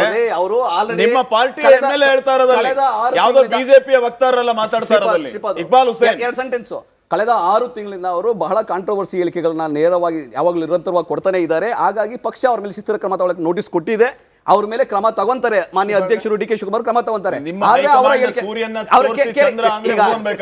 ಇಲ್ಲ ಆ ರೀತಿ ಸತ್ಯವನ್ನ ಹೇಳಬೇಕು. ಸತ್ಯ ಏನಂದ್ರೆ ಸತ್ಯ ಏನ್ ಗೊತ್ತಾ, ಇಡೀ ಬಜೆಟ್ ಅನ್ನ, ಇಡೀ ದೇಶದಲ್ಲಿ ಇಂತಹ ಬಜೆಟ್ ಅನ್ನ ಯಾರೂ ಮಾಡ್ಲಿಕ್ಕೆ ಸಾಧ್ಯ ಆಗಲ್ಲ. ಅಂತಹ ಆರ್ಥಿಕ ಶಿಸ್ತನ್ನ ಕಾಪಾಡಿಕೊಂಡು, ವಿತ್ತೀಯ ಶಿಸ್ತನ್ನ ಕಾಪಾಡಿಕೊಂಡು ಈ ಬಜೆಟ್ ಅನ್ನ ಮಂಡನೆ ಮಾಡಿದ್ದಾರೆ. ಇದನ್ನ ನಕಲು ಮಾಡಬೇಕು. ಆರ್ಥಿಕ ಶಿಸ್ತು ಅಂತ ಎಲ್ಲಿ ಹೇಳ್ತಿದ್ದೀರಿ ನೀವು? ನಿಮ್ಮ ಪಾರ್ಟಿ MLAಗಳು ಈ ರೀತಿ ಮಾತಾಡ್ತಿದ್ದಾರೆ ಜನರ ಮುಂದೆ ಬಂದು. ಬಜೆಟ್ ನಿಮ್ಗೆ ನಮ್ಗೆ ಇಬ್ರು ಅರ್ಥ ಆಗಿದೆ. ಅಂಕಿಅಂಶ ಮಾತಾಡ್ತದೆ, ಯಾರೋ ಮಾತಲ್ಲ, ವೈಯಕ್ತಿಕ ಮಾತಲ್ಲ, ಅಂಕಿಅಂಶ ಮಾತಾಡ್ತದೆ, ಡೇಟಾ ಮಾತಾಡುತ್ತೆ, ಅಭಿವೃದ್ಧಿ ಕೆಲಸಗಳು ಮಾತಾಡ್ತವೆ. ನಿಮ್ ಡಿಬೇಟ್ ಅಲ್ಲಿ 1000 ಕೋಟಿ ಅಂತ ಮಾತಾಡ್ತೀರಿ ಸರ್. ನಮ್ಗೊಂದು ಸಾಲ ಮನ್ನಾ ಆಗ್ಲಿಲ್ಲ, ನಮಗ್ ಬೆಳೆ ಪರಿಹಾರ ಬರಲಿಲ್ಲ, ಎಲ್ಲೋ ಇತ್ತದ 1000 ಕೋಟಿ ಅಂತ ಕೇಳ್ತಿದ್ರಲ್ಲ. ಸಾಲ ಮನ್ನಾ ಮಾಡ್ತೀವಿ ಅಂತ ಸಾಲ ಮನ್ನಾ ಮಾಡಕ್ ಸಾಧ್ಯ ಆಗಿಲ್ಲ. ಸಾಲ ಮನ್ನಾ ಮಾಡೋಕಾಗಲ್ಲ, ಮಾಡಿದೀವಿ. 2017ರಲ್ಲಿ 22 ಲಕ್ಷ ರೈತರ ಸಾಲ ಮನ್ನಾ ಮಾಡಿದ್ರು. 50,000 ಮಾನ್ಯ ಸಿದ್ದರಾಮಯ್ಯ 2017ರಲ್ಲಿ 22 ಲಕ್ಷದ ರೈತರ 7,000 ಕೋಟಿ ಸಾಲ ಮನ್ನಾ ಮಾಡಿದ್ರು. ಪ್ರಶ್ನೆ ಹೇಳಿದ್ರೆ 2020-2021-2022 ಯಡಿಯೂರಪ್ಪ ಮತ್ತೆ ಬೊಮ್ಮಾಯಿ ಬಿಟ್ಟು ಹೋಗಿರ್ತಕ್ಕಂತಹ ಹಿಂಬಾಕಿಗಳು ಜ್ಞಾಪಕ ನಿಮ್ಗೆ 2020-2021-2023 ಯಡಿಯೂರಪ್ಪ ಬೊಮ್ಮಾಯಿ ಬಿಟ್ಟು ಹೋಗಿರ್ತಕ್ಕಂಥ ಹಿಂಬಾಕಿ ಅದನ್ನ ನೀವು ಮಾಡ್ತೀವಿ. ನೀವು ಬಿಟ್ಟು ಹೋಗಿರ್ತಕ್ಕಂಥ ಬಿಜೆಪಿ ಕೆಡವಿದ್ರು ಆರ್ಥಿಕತೆನ, ನಾವು ಅದನ್ನ ಕಟ್ತಾ ಇದೀವಿ. ನಾವು ಕೊಡ್ತೀವಿ ಅಂತ ಹೇಳಿ ಬಜೆಟ್ ಅಲ್ಲಿ ಘೋಷಣೆ ಮಾಡಿ ಹಣವನ್ನು ಕೂಡ ಬಿಡುಗಡೆ ಮಾಡಿದ್ದೀವಿ. ಧೈರ್ಯ ಬೇಕು. ಬಿಜೆಪಿ ನಾಯಕರು ಇವತ್ತು ಕೂಡ ತಲೆ ತಗ್ಗಿಸಿ ನಡಿಬೇಕು. ಇವತ್ತು ಯಾಕಂದ್ರೆ ಅವರ ಹಿರಿಯ ನಾಯಕರುಗಳು ಯಡಿಯೂರಪ್ಪ ಮತ್ತೆ ಬೊಮ್ಮಾಯಿ ಅವರು ರಾಜ್ಯವನ್ನು ಹಾಳು ಮಾಡಿ ಲೂಟಿ ಹೊಡೆದು ಖಜಾನೆಯನ್ನ ಖಾಲಿ ಮಾಡಿ 40% ತಿಂದು ತೆಗಿ ಇವರು ತಿಂದು ನಾಗಪುರದವರು ತಿಂದು ಮಜಾ ಮಾಡಿದ್ರು. ಇವತ್ತು ನಾವು ಆ ರಾಜ್ಯವನ್ನ ಕಟ್ತಾ ಇದೀವಿ. ಇವರು ಕೆಡವಿದ್ರು ನಾವು ಕಟ್ತಾ ಇದೀವಿ. ಇವ್ರು ಬಿಟ್ಟೋದ ಹಿಂಬಾಕಿಯನ್ನ ನೀವು ಹೇಳಿದ್ರಲ್ಲ ಪ್ರೊಟೆಸ್ಟ್ ಮಾಡ್ತಾ ಇದ್ದವ್ರು ಯಾರು? ಅದೇ KSRTC BMTC ನೌಕರರು ಯಾಕೆ ಮಾಡ್ತಾ ಇದ್ರು? 20, 21, 22, 23 ದುಡ್ಡು ಕೊಟ್ಟಿರಲಿಲ್ಲ. ಇವರು ಹಿಂಬಾಕಿ ಇತ್ತು, ಅದಕ್ಕೆ ಪ್ರೊಟೆಸ್ಟ್ ಮಾಡ್ತಾ ಇದ್ರು. ನೀವು ಕೊಡಿ, ನೀವು ಬಂದಿದ್ದೀರಲ್ಲ,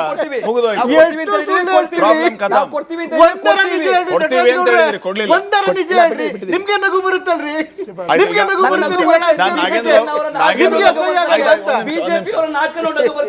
ಆಯ್ತು ನಟರಾಜ್ ಗೌಡ್ರೆ, ಚಂದ್ರಶೇಖರ್ ಮಾತಾಡಿಸ್ತೀನಿ. ನಾಗೇಂದ್ರ ಬಾಬು ಅವ್ರನ್ನ ಮಾತಾಡ್ಸಕ್ಕಿಂತ ಮುಂಚೆ ರಾಜಕೀಯ ಸೂಕ್ಷ್ಮದ ಬಗ್ಗೆ ಈಗ ವಿನಾಯಕ್ ಸರ್, ಈಗ ರಾಜಕೀಯ ಸೂಕ್ಷ್ಮದ ವಿಚಾರವನ್ನು ನಾವು ನೋಡೋಣ. ಒಂದ್ ಕಡೆ ಮುಖ್ಯಮಂತ್ರಿ ಉಪಮುಖ್ಯಮಂತ್ರಿಗಳ ಮಧ್ಯೆ ಎಲ್ಲವೂ ಸರಿ ಇಲ್ಲ, ಕುರ್ಚಿ ವಿಚಾರವಾಗಿ ಏನೇನು ಆಗ್ತಿದೆ ಅನ್ನೋಂಥದ್ದು ಯಾರನ್ನು ಹೋಗಿ ಕೇಳಿದ್ರು ಹೇಳ್ತಾರೆ. ಇದ್ರ ಮಧ್ಯೆ ಈಗ ಒಂದು 20ರಿಂದ 30 ಜನ ಸಮಾನ ಮನಸ್ಕರು ಅಂತ ಹೇಳ್ಕೊಂಡ್ರಲ್ಲ, ಅವರೆಲ್ಲ ಈಗ ಮಂತ್ರಿ ಮಾಡಿ ನಾವು 3-4 ಸಾರಿ ಗೆದ್ದು ಬಂದವರು, ನಿಮ್ಮ ಹೊಡೆದಾಟದಲ್ಲಿ ನಾವು ಇನ್ನೂ ಎಷ್ಟು ದಿನ ಅಂತ ಕಾಯೋಣ ಅನ್ನುವಂಥ ಒಂದು ಸ್ಪಷ್ಟವಾದ ಸಂದೇಶವನ್ನು ಕೊಟ್ಟರು. ರಾಜಕೀಯವಾಗಿ ರಾಜಕೀಯ ಸೂಕ್ಷ್ಮಗಳನ್ನು ಗಮನದಲ್ಲಿಟ್ಕೊಂಡ್ರೆ ಇದು ಏನಂತ ಸಂದೇಶ ಕೊಡುತ್ತೆ ಸರ್? ಯಾವ ವಿಚಾರಕ್ಕಾಗಿ ಈ ರೀತಿ ಆಗ್ತಾ ಇದೆ ಅಂತ? ಅವಾಗಲೇ ನಾಗೇಂದ್ರ ಬಾಬು ಅವರು ಹೇಳ್ದಲ್ಲ ಸಮಾನ ಮನಸ್ಕರು ಅಂತ. ಇನ್ನೊಂದು ಸಮಾನ ಮನಸ್ಕರು ಇದ್ದಾರೆ, ನಾವು ಅವ್ರನ್ನ ಬಿಟ್ಬಿಟ್ಟಿದ್ದೀವಿ. ಯುವ ಶಾಸಕರು ಅಂತ ಅವರು ಇದಕ್ಕಿಂತ ಇವ್ರು ಈಗ 3 ಸರಿ ಎತ್ತರ ಗೆದ್ದವ್ರಿಗೆ ಎತ್ತರ ಗೆದ್ದು ಯಾವಾಗ ಅಂದ್ರೆ 1ನೇ ಸರಿ ಗೆದ್ದವರು ನಮಗೆ ಕೊಡಬೇಕು ಅಂತ ಹೇಳಿದಾಗ ಇವ್ರಿಗೆ ಎತ್ತರ ಐತಿ. ಏನಂದ್ರೆ ನಾವು 3 ಸರಿ ಗೆದ್ದಿದ್ದೀವಿ, ಅವರೇ ಕೇಳ್ತಾ ಇದ್ದಾರೆ, ನಾವು ಕೇಳ್ತಾ ಇದ್ದೀವಿ. ಹಾಗಾಗಿ ಅವ್ರು ಶುರು ಮಾಡಿ ಇದು ಎಲ್ಲದರದ್ದು ಸ್ಪಷ್ಟ ಸಂದೇಶ ಏನು ಅಂತಂದ್ರೆ ಕಾಂಗ್ರೆಸ್ನಲ್ಲಿ ನಾಯಕತ್ವದ ಸಮಸ್ಯೆ ಇದೆ. ಎಲ್ಲಿ ನಿಮಗೆ ಒಬ್ಬ ಸ್ಟ್ರಾಂಗ್ ಲೀಡರ್ ಇಲ್ಲ ಅಥವಾ ನಾಯಕತ್ವದ ಬಗ್ಗೆ ಅನುಮಾನಗಳಿದ್ದಾವೆ, ಅವಾಗ ಈ ತರ ಎಲ್ಲ ಸಮಸ್ಯೆಗಳು ಶುರುವಾಗ್ತವೆ. ಎಲ್ಲರೂ ಅದನ್ನ ಹೇಳಕ್ ಶುರು ಮಾಡಿ. Maybe sorry for interrupt sir, Nataraj ಗೌಡ್ರೆ, ಮುಂದಿನ ಅವಧಿಗೆ ನಾವು ಅಧಿಕಾರಕ್ಕೆ ಬರೋದೇ ಇಲ್ಲ, ಆದ್ರೆ ಈಗಲೇ ಆಗ್ಬೇಕು ಅನ್ನೋಂಥ ಹಠದಿಂದ ಈ ರೀತಿ ಆಗ್ತಿದೆಯಾ ಹೆಂಗೆ? ಮುಂದಿನ ಅವಧಿಗೆ ಅಧಿಕಾರಕ್ಕೆ ಕಾಂಗ್ರೆಸ್ಸೇ ಬರುತ್ತೆ. 2028ಕ್ಕೂ ಬರುತ್ತೆ, 2033ಕ್ಕೂ ಬರುತ್ತೆ. ನಾನು ಹೇಳ್ತಿಲ್ಲ, ನಿಮ್ಮ ಪ್ರಾಣೆ ಕಾಂಗ್ರೆಸ್ಸೇ ಬರುತ್ತೆ ಅಧಿಕಾರಕ್ಕೆ. ಯಾಕಂದ್ರೆ ಯಡಿಯೂರಪ್ಪನ ಅವಧಿ ಮುಗ್ದೋಯ್ತು, ಮಾನ್ಯ ಯಡಿಯೂರಪ್ಪನ ಅವಧಿ ಮುಗ್ದೋಯ್ತು. ದಯವಿಟ್ಟು ಬಿಜೆಪಿ ಯಾರು ನಾಯಕರಿಲ್ಲ ಇವತ್ತು. ಪರ್ಸನಲ್ ಆಗಿ ಹೋಗ್ಬೇಡಿ ನಟರಾಜ್ ಗೌಡ್ರೆ, ದಯವಿಟ್ಟು ಡೆಕೋರಂ ಮೇಂಟೈನ್ ಮಾಡಿ. 2033ಕ್ಕೂ ಕಾಂಗ್ರೆಸ್ ಬರುತ್ತೆ. ಕರ್ನಾಟಕದಲ್ಲಿ ಬಿಜೆಪಿ ಮುದುಡಿದ ದಕ್ಷಿಣ ಭಾರತ ಬಿಜೆಪಿ ಮುಕ್ತ ದಕ್ಷಿಣ ಭಾರತ ಆಗಿದೆ. ಬಿಜೆಪಿ ಮುಕ್ತ ದಕ್ಷಿಣ ಭಾರತ ಆಗಿದೆ. ಕರ್ನಾಟಕದಲ್ಲೂ ಬಿಜೆಪಿ ಬರೋದಿಲ್ಲ, ನಾಯಕರಿಲ್ಲ. ನಮ್ಮ ನಾಯಕರಿದ್ದಾರೆ, ನಮ್ಮ ನಾಯಕರಿದ್ದಾರೆ. ಮೊನ್ನೆ DK Shivakumar, Parameshwar, Satish Jarkiholi, MB Patil, HK Patil, Eshwar Khandre, Ramalinga Reddy ನಾಯಕರಿದ್ದಾರೆ. ಮುಖ್ಯಮಂತ್ರಿ ಆಗೋ ಅರ್ಹತೆ ಇರ್ತಕ್ಕಂಥವ್ರು ಬಿಜೆಪಿನಲ್ಲಿ ಯಾರಿದ್ದಾರೆ? First time MLA Vijayendra BJP ರಾಜ್ಯಾಧ್ಯಕ್ಷ, ಅದು RSS ನವರು. ಇವತ್ತು ಹೇಳ್ತಾರೆ, ನಾಳೆ ಬಿಡ್ತಾರೆ, ಇವತ್ತು ಹೇಳ್ತಾರೆ, ನಾಳೆ ಬಿಡ್ತಾರೆ, ಕಾಟ ಕೊಡ್ತಾವ್ರು. ಮತ್ತೆ ಇನ್ನೊಂದು ಮಾತು, ಮೊನ್ನೆ ಕಾಂಗ್ರೆಸ್ ವಕ್ತಾರರು ಸ್ಪಷ್ಟವಾಗಿ ಒಂದು ಮಾತನ್ನು ಹೇಳಿ, ಇಂಟರ್ನಲ್ ಡೆಮಾಕ್ರಸಿಟಿ ಅಂತಕ್ಕಂಥ ಮಾತನ್ನ ಪದಬಳಕೆ ಮಾಡಿದ್ರು. ಸರ್, ಒಂದು ಮಾತನ್ನು ಸ್ಪಷ್ಟವಾಗಿ ಹೇಳ್ತಾ ಇದ್ದೀನಿ, 100 ಸತಿ ಯಾವೊಂದು ಹೈಕಮಾಂಡನ್ನು ಮೀರಿ ಹೇಳಿಕೆಗಳು ಕೊಟ್ಟಂಥ ಸಂದರ್ಭದಲ್ಲಿ ಇವರ ರಾಷ್ಟ್ರೀಯ ಅಧ್ಯಕ್ಷರೇ ಕರ್ನಾಟಕದವರೇ ಆಗಿರ್ತಕ್ಕಂಥ ಸನ್ಮಾನ್ಯ ಖರ್ಗೆ ಸಾಹೇಬರು ಕರ್ನಾಟಕ ಬಂದು ಒಂದು ಮಾತನ್ನು ಹೇಳ್ತಾರೆ, ಇನ್ಮೇಲೆ ಎಲ್ಲರೂ ಬಾಯಿ ಮುಚ್ಕೊಂಡಿರ್ಬೇಕು ನೀವು ಅಂತಕ್ಕಂಥದ್ದನ್ನು. ಎಲ್ಲಿ ನೀವು ಡೆಮಾಕ್ರಸಿ ಬಗ್ಗೆ ಮಾತಾಡ್ತೀರಾ? ಅವ್ರು ಹೇಳಿದ್ರು ಕೂಡ ಇನ್ನೂ ಜಾಸ್ತಿ ಮಾಡಿದ್ರೆ ಒತ್ತಲ್ಲಿ ಕಮ್ಮಿ ಮಾಡಲಿಲ್ಲ.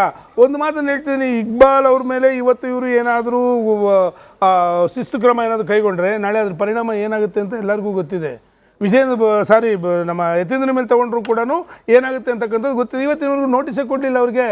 ನೋಟಿಸಲ್ಲಿ ಕೊಟ್ಟರು. ಹಾಗಾದರೆ ಇವತ್ತು ನೋಡಿ, ಈಗ ಸಿದ್ದರಾಮಯ್ಯನವರು ನನ್ನ ಮಗನಿಗೂ ಕೂಡ ಗಮನಿಸ್ಕೊಳ್ಳಿ ಅಂತಕ್ಕಂಥ ಮಾತನ್ನು ಹೇಳೋ ಜೊತೆಗೆ ಇನ್ನೊಂದು ಮಾತು ಹೇಳಿದ್ದಾರೆ, ನನ್ನ ಜೀವನ ಇರೋವರೆಗೂ ಕೂಡ ನಾನು ರಾಜಕಾರಣ ಮಾಡ್ತೀನಿ, ಕಾಂಗ್ರೆಸ್ಸಲ್ಲೇ ಇರ್ತೀನಿ ಅಂತಕ್ಕಂಥ ಮಾತು ಹೇಳಿದ್ರೆ ಅದರ ಅರ್ಥ ಏನು ಅಂತಕ್ಕಂಥ ಕಾಂಗ್ರೆಸ್ ವಕ್ತಾರ ಹೇಳಬೇಕಾಗುತ್ತೆ. ಹಾಗಾದರೆ ಯಾರು ನೀವು ವೈರಿಗಳಿಗೆ ನೀವೇನಂತ ಕೌಂಟ್ರ್ ಕೊಟ್ರಿ ಅಂತಕ್ಕಂಥದ್ದು ಒಂದು. ಎರಡನೇದು, ಇವತ್ತು ಸನ್ಮಾನ್ಯ ರಾಮಲಿಂಗಾರೆಡ್ಡಿ ಉಸ್ತುವಾರಿ ಇದ್ದರು, ಅವ್ರು ಹೇಳಿದ್ದಾರೆ ಇವ್ರು ಕೊಟ್ಟಿರ್ತಕ್ಕಂಥ ಹೇಳಿಕೆ ಪಕ್ಷಕ್ಕೆ ಡ್ಯಾಮೇಜ್ ಆಗುತ್ತೆ ಅಂತೇಳಿ. ಪಕ್ಷಕ್ಕೆ ಡ್ಯಾಮೇಜ್ ಆಗಿದ್ದರೂ ಕೂಡ ನೀವು ಅವ್ರ ಮೇಲೆ ಶಿಸ್ತು ಕ್ರಮ ಕೈಗೊಳ್ಳಿಲ್ಲ ಅಂತಂದರೆ ಎಲ್ಲೋಯ್ತು ನಿಮ್ಮ ಶಿಸ್ತು? ಅಂದರೆ ಇಲ್ಲಿ ಯಾರು ಹಿಡಿತದಲ್ಲೂ ಇಲ್ಲ, ಅಧಿಕಾರನೇ ಮುಖ್ಯ.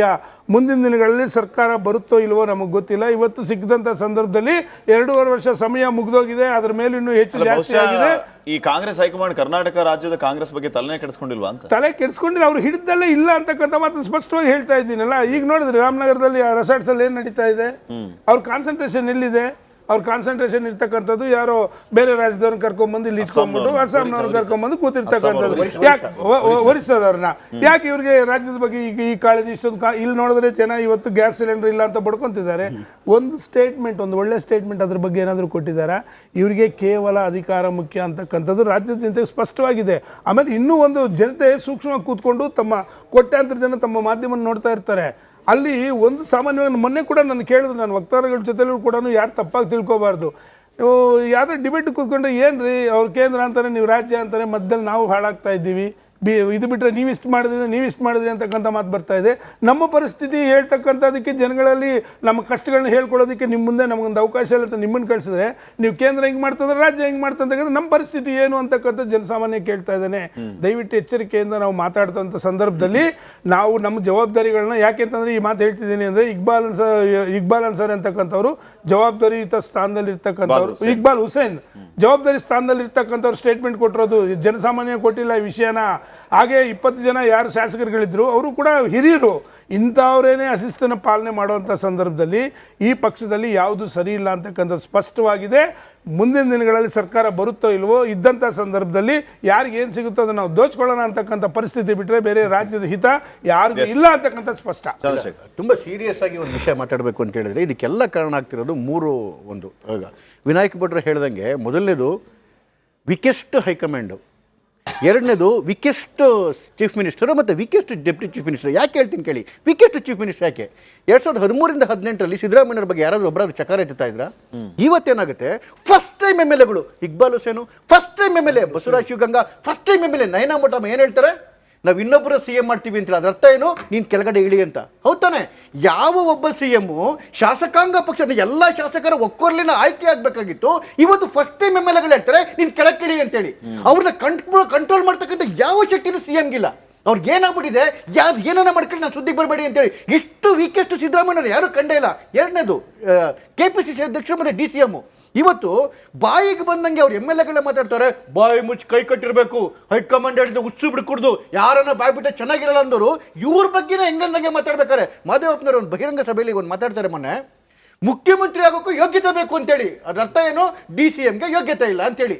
ಅಂದರೆ ಅವರು MLAಗಳ ಮೇಲೆ, ಅವ್ರ ಮಿನಿಸ್ಟ್ರಿಗಳ ಮೇಲೆ ಕಂಟ್ರೋಲ್ ಇಲ್ಲದೆ ಇರ್ತಕ್ಕಂಥ KPCC ಅಧ್ಯಕ್ಷ DCM, MLAಗಳ ಮೇಲೆ ಕಂಟ್ರೋಲ್ ಇಲ್ಲದಿರ್ತಕ್ಕಂಥ CM, ಮತ್ತು ಇವರು ಮಲ್ಲಿಕಾರ್ಜುನ್ ಖರ್ಗೆ ಅವರು ಯಾರು ಮಾತಾಡ್ಕೊಡ್ದು ಹೈಕಮಾಂಡ್ ಬಿಟ್ಟು ಎಷ್ಟು ಸರಿ ವಾರ್ನಿಂಗ್ ಆಯ್ತು ರೀ.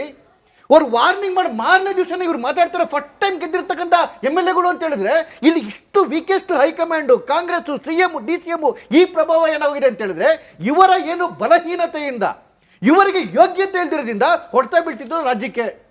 ಅದು ಬಜೆಟಲ್ಲಿ ನೋಡ್ತಾ ಇದೀವಿ. ಪ್ರತಿ ಒಂದು ಏನು ಮಿನಿಸ್ಟ್ರಿ ಒಳಗಡೆ ಇರ್ತಕ್ಕಂಥ ಲೂಟಿ ನಡೀತಿರೋದು ಯಾಕೆ ಕಾರಣಕ್ಕೋಸ್ಕರ? ಇಡೀ ಭಾರತದ ಇತಿಹಾಸದಲ್ಲಿ ಒಬ್ಬ chief minister on the floor of the house ಹೇಳ್ತಾರೆ, ವಾಲ್ಮೀಕಿ ಹಗರಣದಲ್ಲಿ 187 ಕೋಟಿ ಎಲ್ಲ ಲೂಟಿ ಹೊಡ್ತಿರೋದು ಬರೀ 87 ಕೋಟಿ ಅಂತೇಳಿ. ಮಾನ ಮರ್ಯಾದೆ ಇದೆಯೇನ್ರಿ ಇವ್ರಿಗೆ? ಫ್ಲೋರಲ್ಲಿ ಹೇಳ್ತಾರೆ ಬರೀ 87 ಕೋಟಿ ಅನ್ಯಾಯ ಆಗಿದೆ ಅಂತೇಳಿ. ಅದಾದ್ಮೇಲೆ ಅಬ್ಕಾರಿ ಇಲಾಖೆ ಏನಾದರೂ ಒಂದು ಪ್ರಯತ್ನಗಳಾಯ್ತಾ? ಆಫೀಸರ್ಗಳು ಹೇಳ್ತಾ ಇದ್ದಾರೆ ನೋಡಿ, 2 ತಿಂಗಳದ್ದು ಗೃಹಲಕ್ಷ್ಮಿ ಹಣ 5,000 ಕೋಟಿ ಅಪ್ಪಪ್ಪ ಹೆಣ್ಣುಮಕ್ಕಳಿಗೆ ಅವ್ರಿಗೇನು ನಂಬಿಸಿ ಅವ್ರಿಗೆ ಕುಯ್ದಿರಲ್ಲ 2 ತಿಂಗಳ ಹಣ ಎಲ್ಲೋಯ್ತು? ಇವತ್ತುವರೆಗೂ ಅಲ್ಲಿ ಇವರ ಸಚಿವರೇ ಲಕ್ಷ್ಮೀ ಹೆಬ್ಬಾಳ್ಕರ್ ಒಪ್ಕೊಂಡಿದ್ರೆ 2 ತಿಂಗಳು ಕೊಟ್ಟಿಲ್ಲ ಅಂತೇಳಿ. ಇವರ CM ಹೇಳ್ತಾ ಇದ್ದಾರೆ ಹೌದು ಹೆಚ್ಚು ಕಡಿಮೆ ಆಗಿದೆ ಅಂತೇಳಿ. ಎಲ್ಲೋಯ್ತು ದುಡ್ಡು? ₹1, 2,000 ರೂಪಾಯಿ, 5,000 ಕೋಟಿ ದಲಿತರ ಹಿಂದುಳಿದ ವರ್ಗಂತ ಹೆಣ್ಣುಮಕ್ಕಳು 5,000 ಕೋಟಿ ನುಂಗು ನೀರು ಕೊಟ್ಟಿದ್ದಾರಲ್ಲ, ಎಲ್ಲೋಯ್ತು ದುಡ್ಡು? ಅದು ಕಳೆದ ವರ್ಷದ ಏನು ಇದಕ್ಕೆ ಮುನಿಯಪ್ಪನವರೇ ಒಪ್ಕೊಂತಾರೆ 1 ತಿಂಗಳ ಅಕ್ಕಿ ಹಣ ಕೊಟ್ಟಿಲ್ಲ ಅಂತ. 720 ಕೋಟಿ ಎಲ್ಲೋಯ್ತು? ಮಾತಾಡಲಾ? ಓಕೆ, ಈಗ ಶ್ರೀಪಾದ್ ಕೆಲವು ವಿಷಯಗಳು ರ್ಯಾಷನಲ್ ಆಗಿ ಮಾತಾಡೋಣ. ವೈಯಕ್ತಿಕ ಹೋಗೋದು ಬೇಡ. ನಾನು ಅದನ್ನೇ ಮಾತಾಡ, ಅದೇ ಡೆಕೋರಮ್ ಇರಬೇಕು, ಡಿಸೆನ್ಸಿ ಇರಬೇಕು ಅಂತ ನಾನು ಅದನ್ನೇ ಹೇಳೋದು. ನಾನೇನು ಹೇಳ್ತಾ ಇದ್ದೀನಿ, 2 ತಿಂಗಳು ದುಡ್ಡು ಕೊಟ್ಟಿಲ್ವಾ? ಕೊಡ್ತಾರೆ. ಸರ್ಕಾರಕ್ಕೆ ಬಿಟ್ಬಿಡಿ. ಅದು ವಿರೋಧ ಪಕ್ಷ ನೋಡಿಕೊಂಡು ಕೇಂದ್ರ ಸರ್ಕಾರದ ಬಜೆಟ್ ನೋಡ್ಕೊಂಡು ನಾವು ಮಾಡೋದಿಲ್ಲ. ಅದು ಎವರಿ ಮಂತೆ ಕೊಟ್ಟಿಲ್ವಾ? 2 ತಿಂಗಳಿಗೊಂದ್ಸಲಿ 3 ತಿಂಗಳಿಗೊಂದ್ಸಲಿ ಕೊಡ್ತಾರೆ. ಆಯ್ತಾ? ಇದು ವ್ಯವಸ್ಥೆ ಏನು, ಅವರಿಗೆ ಹಣವನ್ನು ತಲುಪಿಸಬೇಕು. ಯಾವುದೇ ಸಮಯದಲ್ಲಿ ಕಳೆದ ತಿಂಗಳು ಕೂಡ 1 ತಿಂಗಳು ಹಣ ಬಿಡುಗಡೆ ಆಗಿದೆ. ಕಳೆದ ತಿಂಗಳು ಕೂಡ 1 ತಿಂಗಳು ಹಣ ಆಯ್ತು. ಅವ್ರು ಕೇಳಿದ್ದೇನಂತಂದ್ರೆ 2 ತಿಂಗಳು ದುಡ್ಡು ಹಾಕಿಲ್ಲ ಅಂತ ಅಲ್ಲ, ಹಾಕಿದೀವಿ ಅಂತ ಹೇಳಿದ್ರೆ ನೀವು ಎಲ್ಲಿ ಹೋಯ್ತದ ಇನ್ನೂ ಬಂದೇ ಇಲ್ಲ. ಹೌಸ್ ಅಲ್ಲಿ ಇದನ್ನ ಪ್ರಶ್ನೆ ಮಾಡಿದಾಗ ಒಪ್ಕೊಂಡ್ರು ಹೌದು ಹಾಕಿಲ್ಲ. ಆಮೇಲೆ ಅದನ್ನ ಕರೆಕ್ಷನ್ ಮಾಡಿ ಮತ್ತೆ ಲಕ್ಷ್ಮೀ ಹೆಬ್ಬಾಳ್ಕರ್ ಅವರು ಸದನದಲ್ಲಿ ಕರೆಕ್ಷನ್ ಮಾಡಿ ಸದನದಲ್ಲೇ ಹೇಳಿದ್ರು ಹೌದು ಹೇಳ್ಬೋದು ಆ 2 ತಿಂಗಳ ಹಣ ಹೋಗಿಲ್ಲ, ನಾವು ಹಣವನ್ನ ಬಿಡುಗಡೆ ಮಾಡ್ತೀವಿ. ಮುಖ್ಯಮಂತ್ರಿಗಳು ಸ್ಪಷ್ಟವಾಗಿ ಹೇಳಿದ್ರು ಹಣವನ್ನ ಬಿಡುಗಡೆ ಮಾಡ್ತೀವಿ ಅಂತ. ಒಂದ್ ನಿಮಿಷ ಈ ಬಜೆಟ್ ಅಲ್ಲೂ ಎತ್ತಿಟ್ಟಿದಾರ, ಈಗ ಈ ಬಜೆಟ್ ಅಲ್ಲೂ ಎತ್ತಿಟ್ಟಿದಾರ, ಎಲ್ಲ ದುಡ್ಡೆಲ್ಲ ಈಗಾಗಲೇ 1.5 ವರ್ಷ ಮಹಿಳೆಯರ ಬಡ ಮಹಿಳೆಯ 5,000 ಕೋಟಿ ಎಲ್ಲ ಬಜೆಟ್ ಅರ್ಥ ಆಗಿಲ್ಲ ಅನ್ಸುತ್ತೆ. ಯಾವಾಗ ಕೊಡ್ತೀರಿ ಹೇಳಿ? ಕೇಳಿ, ಅದು ನೀವು ಹೇಳ್ಕೊಂಡಿಲ್ಲ, ರಾಜ್ಯ ಸರ್ಕಾರ ಯಾವ ಹೇಳಿಲ್ಲ, ಯಾವ ಬಿಟ್ಟಿಲ್ಲ.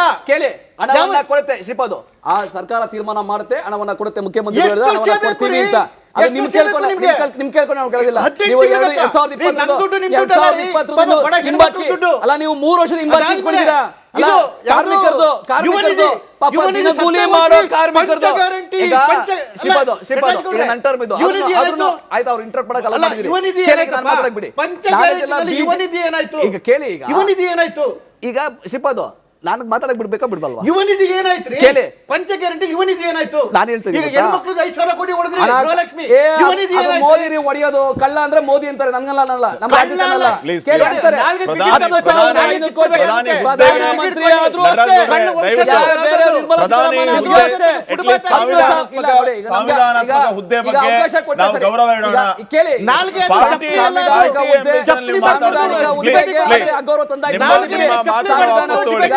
ನಿಮ್ಮ ಮಾತನ್ನು ವಾಪಸ್ ತಗೊಳ್ಳಿ. ಸಂವಿಧಾನಾತ್ಮಕ ಹುದ್ದೆಗೆ ಗೌರವ ಕೊಡೋಣ, ಸಂವಿಧಾನಾತ್ಮಕ ಹುದ್ದೆಗೆ ಗೌರವ ಕೊಡೋಣ. ನಟರಾಜ್ ಗೌಡ್ರೆ, ಸಂವಿಧಾನಾತ್ಮಕ ಹುದ್ದೆಗೆ ಗೌರವ ಕೊಡೋಣ.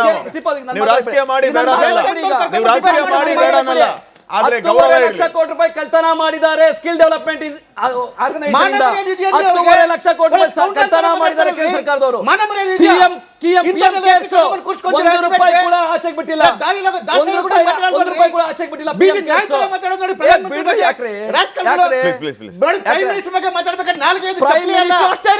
ಈ ದೇಶದ ಪ್ರಜೆ ಪ್ರೈಮ್ ಮಿನಿಸ್ಟರ್ ಅಷ್ಟೇ ಕಳ್ತನ ಮಾಡಿದ್ರೆ ಕಳ್ಳ ಅಂತಾನೆ ಹೇಳೋದು. ಕಳ್ತನ ಮಾಡಿದ್ದಾರೆ, ಕಳ್ತನ ಮಾಡಿದ್ದಾರೆ,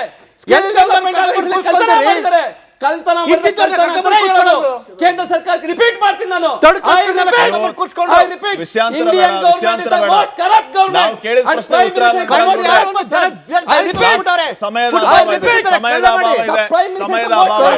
ಸಮಯದ ಅಭಾವ ಇದೆ. ವಿಷಯಾಂತರ ಬೇಡ, ಕೇಳಿದ ಪ್ರಶ್ನೆಗೆ ಉತ್ತರ ಕೊಡಬೇಕು. ಕಾಂಗ್ರೆಸ್ ಎಲ್ಲವೂ ಸರಿ ಇಲ್ಲ ಅನ್ನುವಂಥದ್ದಕ್ಕೆ ಉತ್ತರ ಕೊಡಿ, 10 ಸೆಕೆಂಡ್ ಅಲ್ಲಿ ಉತ್ತರ ಕೊಡಿ. ಕಾಂಗ್ರೆಸ್ ಅಲ್ಲಿ ಎಲ್ಲವೂ ಸರಿ ಇಲ್ಲ ಅನ್ನೋ ಪ್ರಶ್ನೆಗೆ ಉತ್ತರ ನಿಮ್ಮಿಂದ 10 ಸೆಕೆಂಡ್ ಅಲ್ಲಿ ಬರಲಿ. ಶಾಖೆಯಲ್ಲಿ ಕಲ್ಸಿರೋದೇ ನಿಮ್ಗಿದು.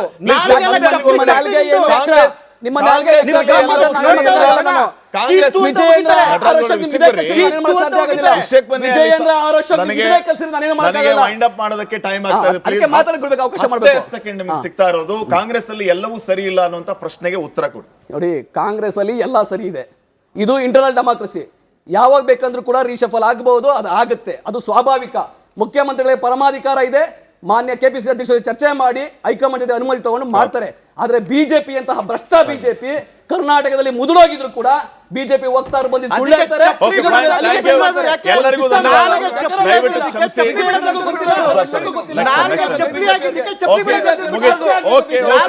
ಎಲ್ಲರಿಗೂ ಧನ್ಯವಾದಗಳು. ಸಾಕಷ್ಟು ವಿಚಾರಗಳ ಬಗ್ಗೆ ಚರ್ಚೆಯನ್ನ ಮಾಡಿದ್ವಿ, ವಿಷಯಾಂತರ ಆಗೋದು ಬೇಡ. ಸಮಯದ ಅಭಾವದಿಂದ ಈಗ ಸದ್ಯಕ್ಕೆ ಈ ಒಂದು ಚರ್ಚಾ ಕಾರ್ಯಕ್ರಮ ಮುಗಿಸ್ತಾ ಇದ್ದೀವಿ. ನಮಸ್ಕಾರ.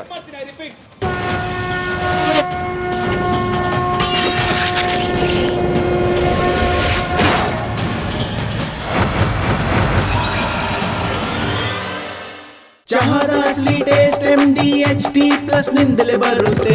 ಗಂಟು ಕಟ್ಟಿಕೋ ಲವಂಗ, ಹಸಿರು ಏಲಕ್ಕಿಯಿಂದ ತುಂಬಿದ MDHT+ ಮಸಾಲೆ.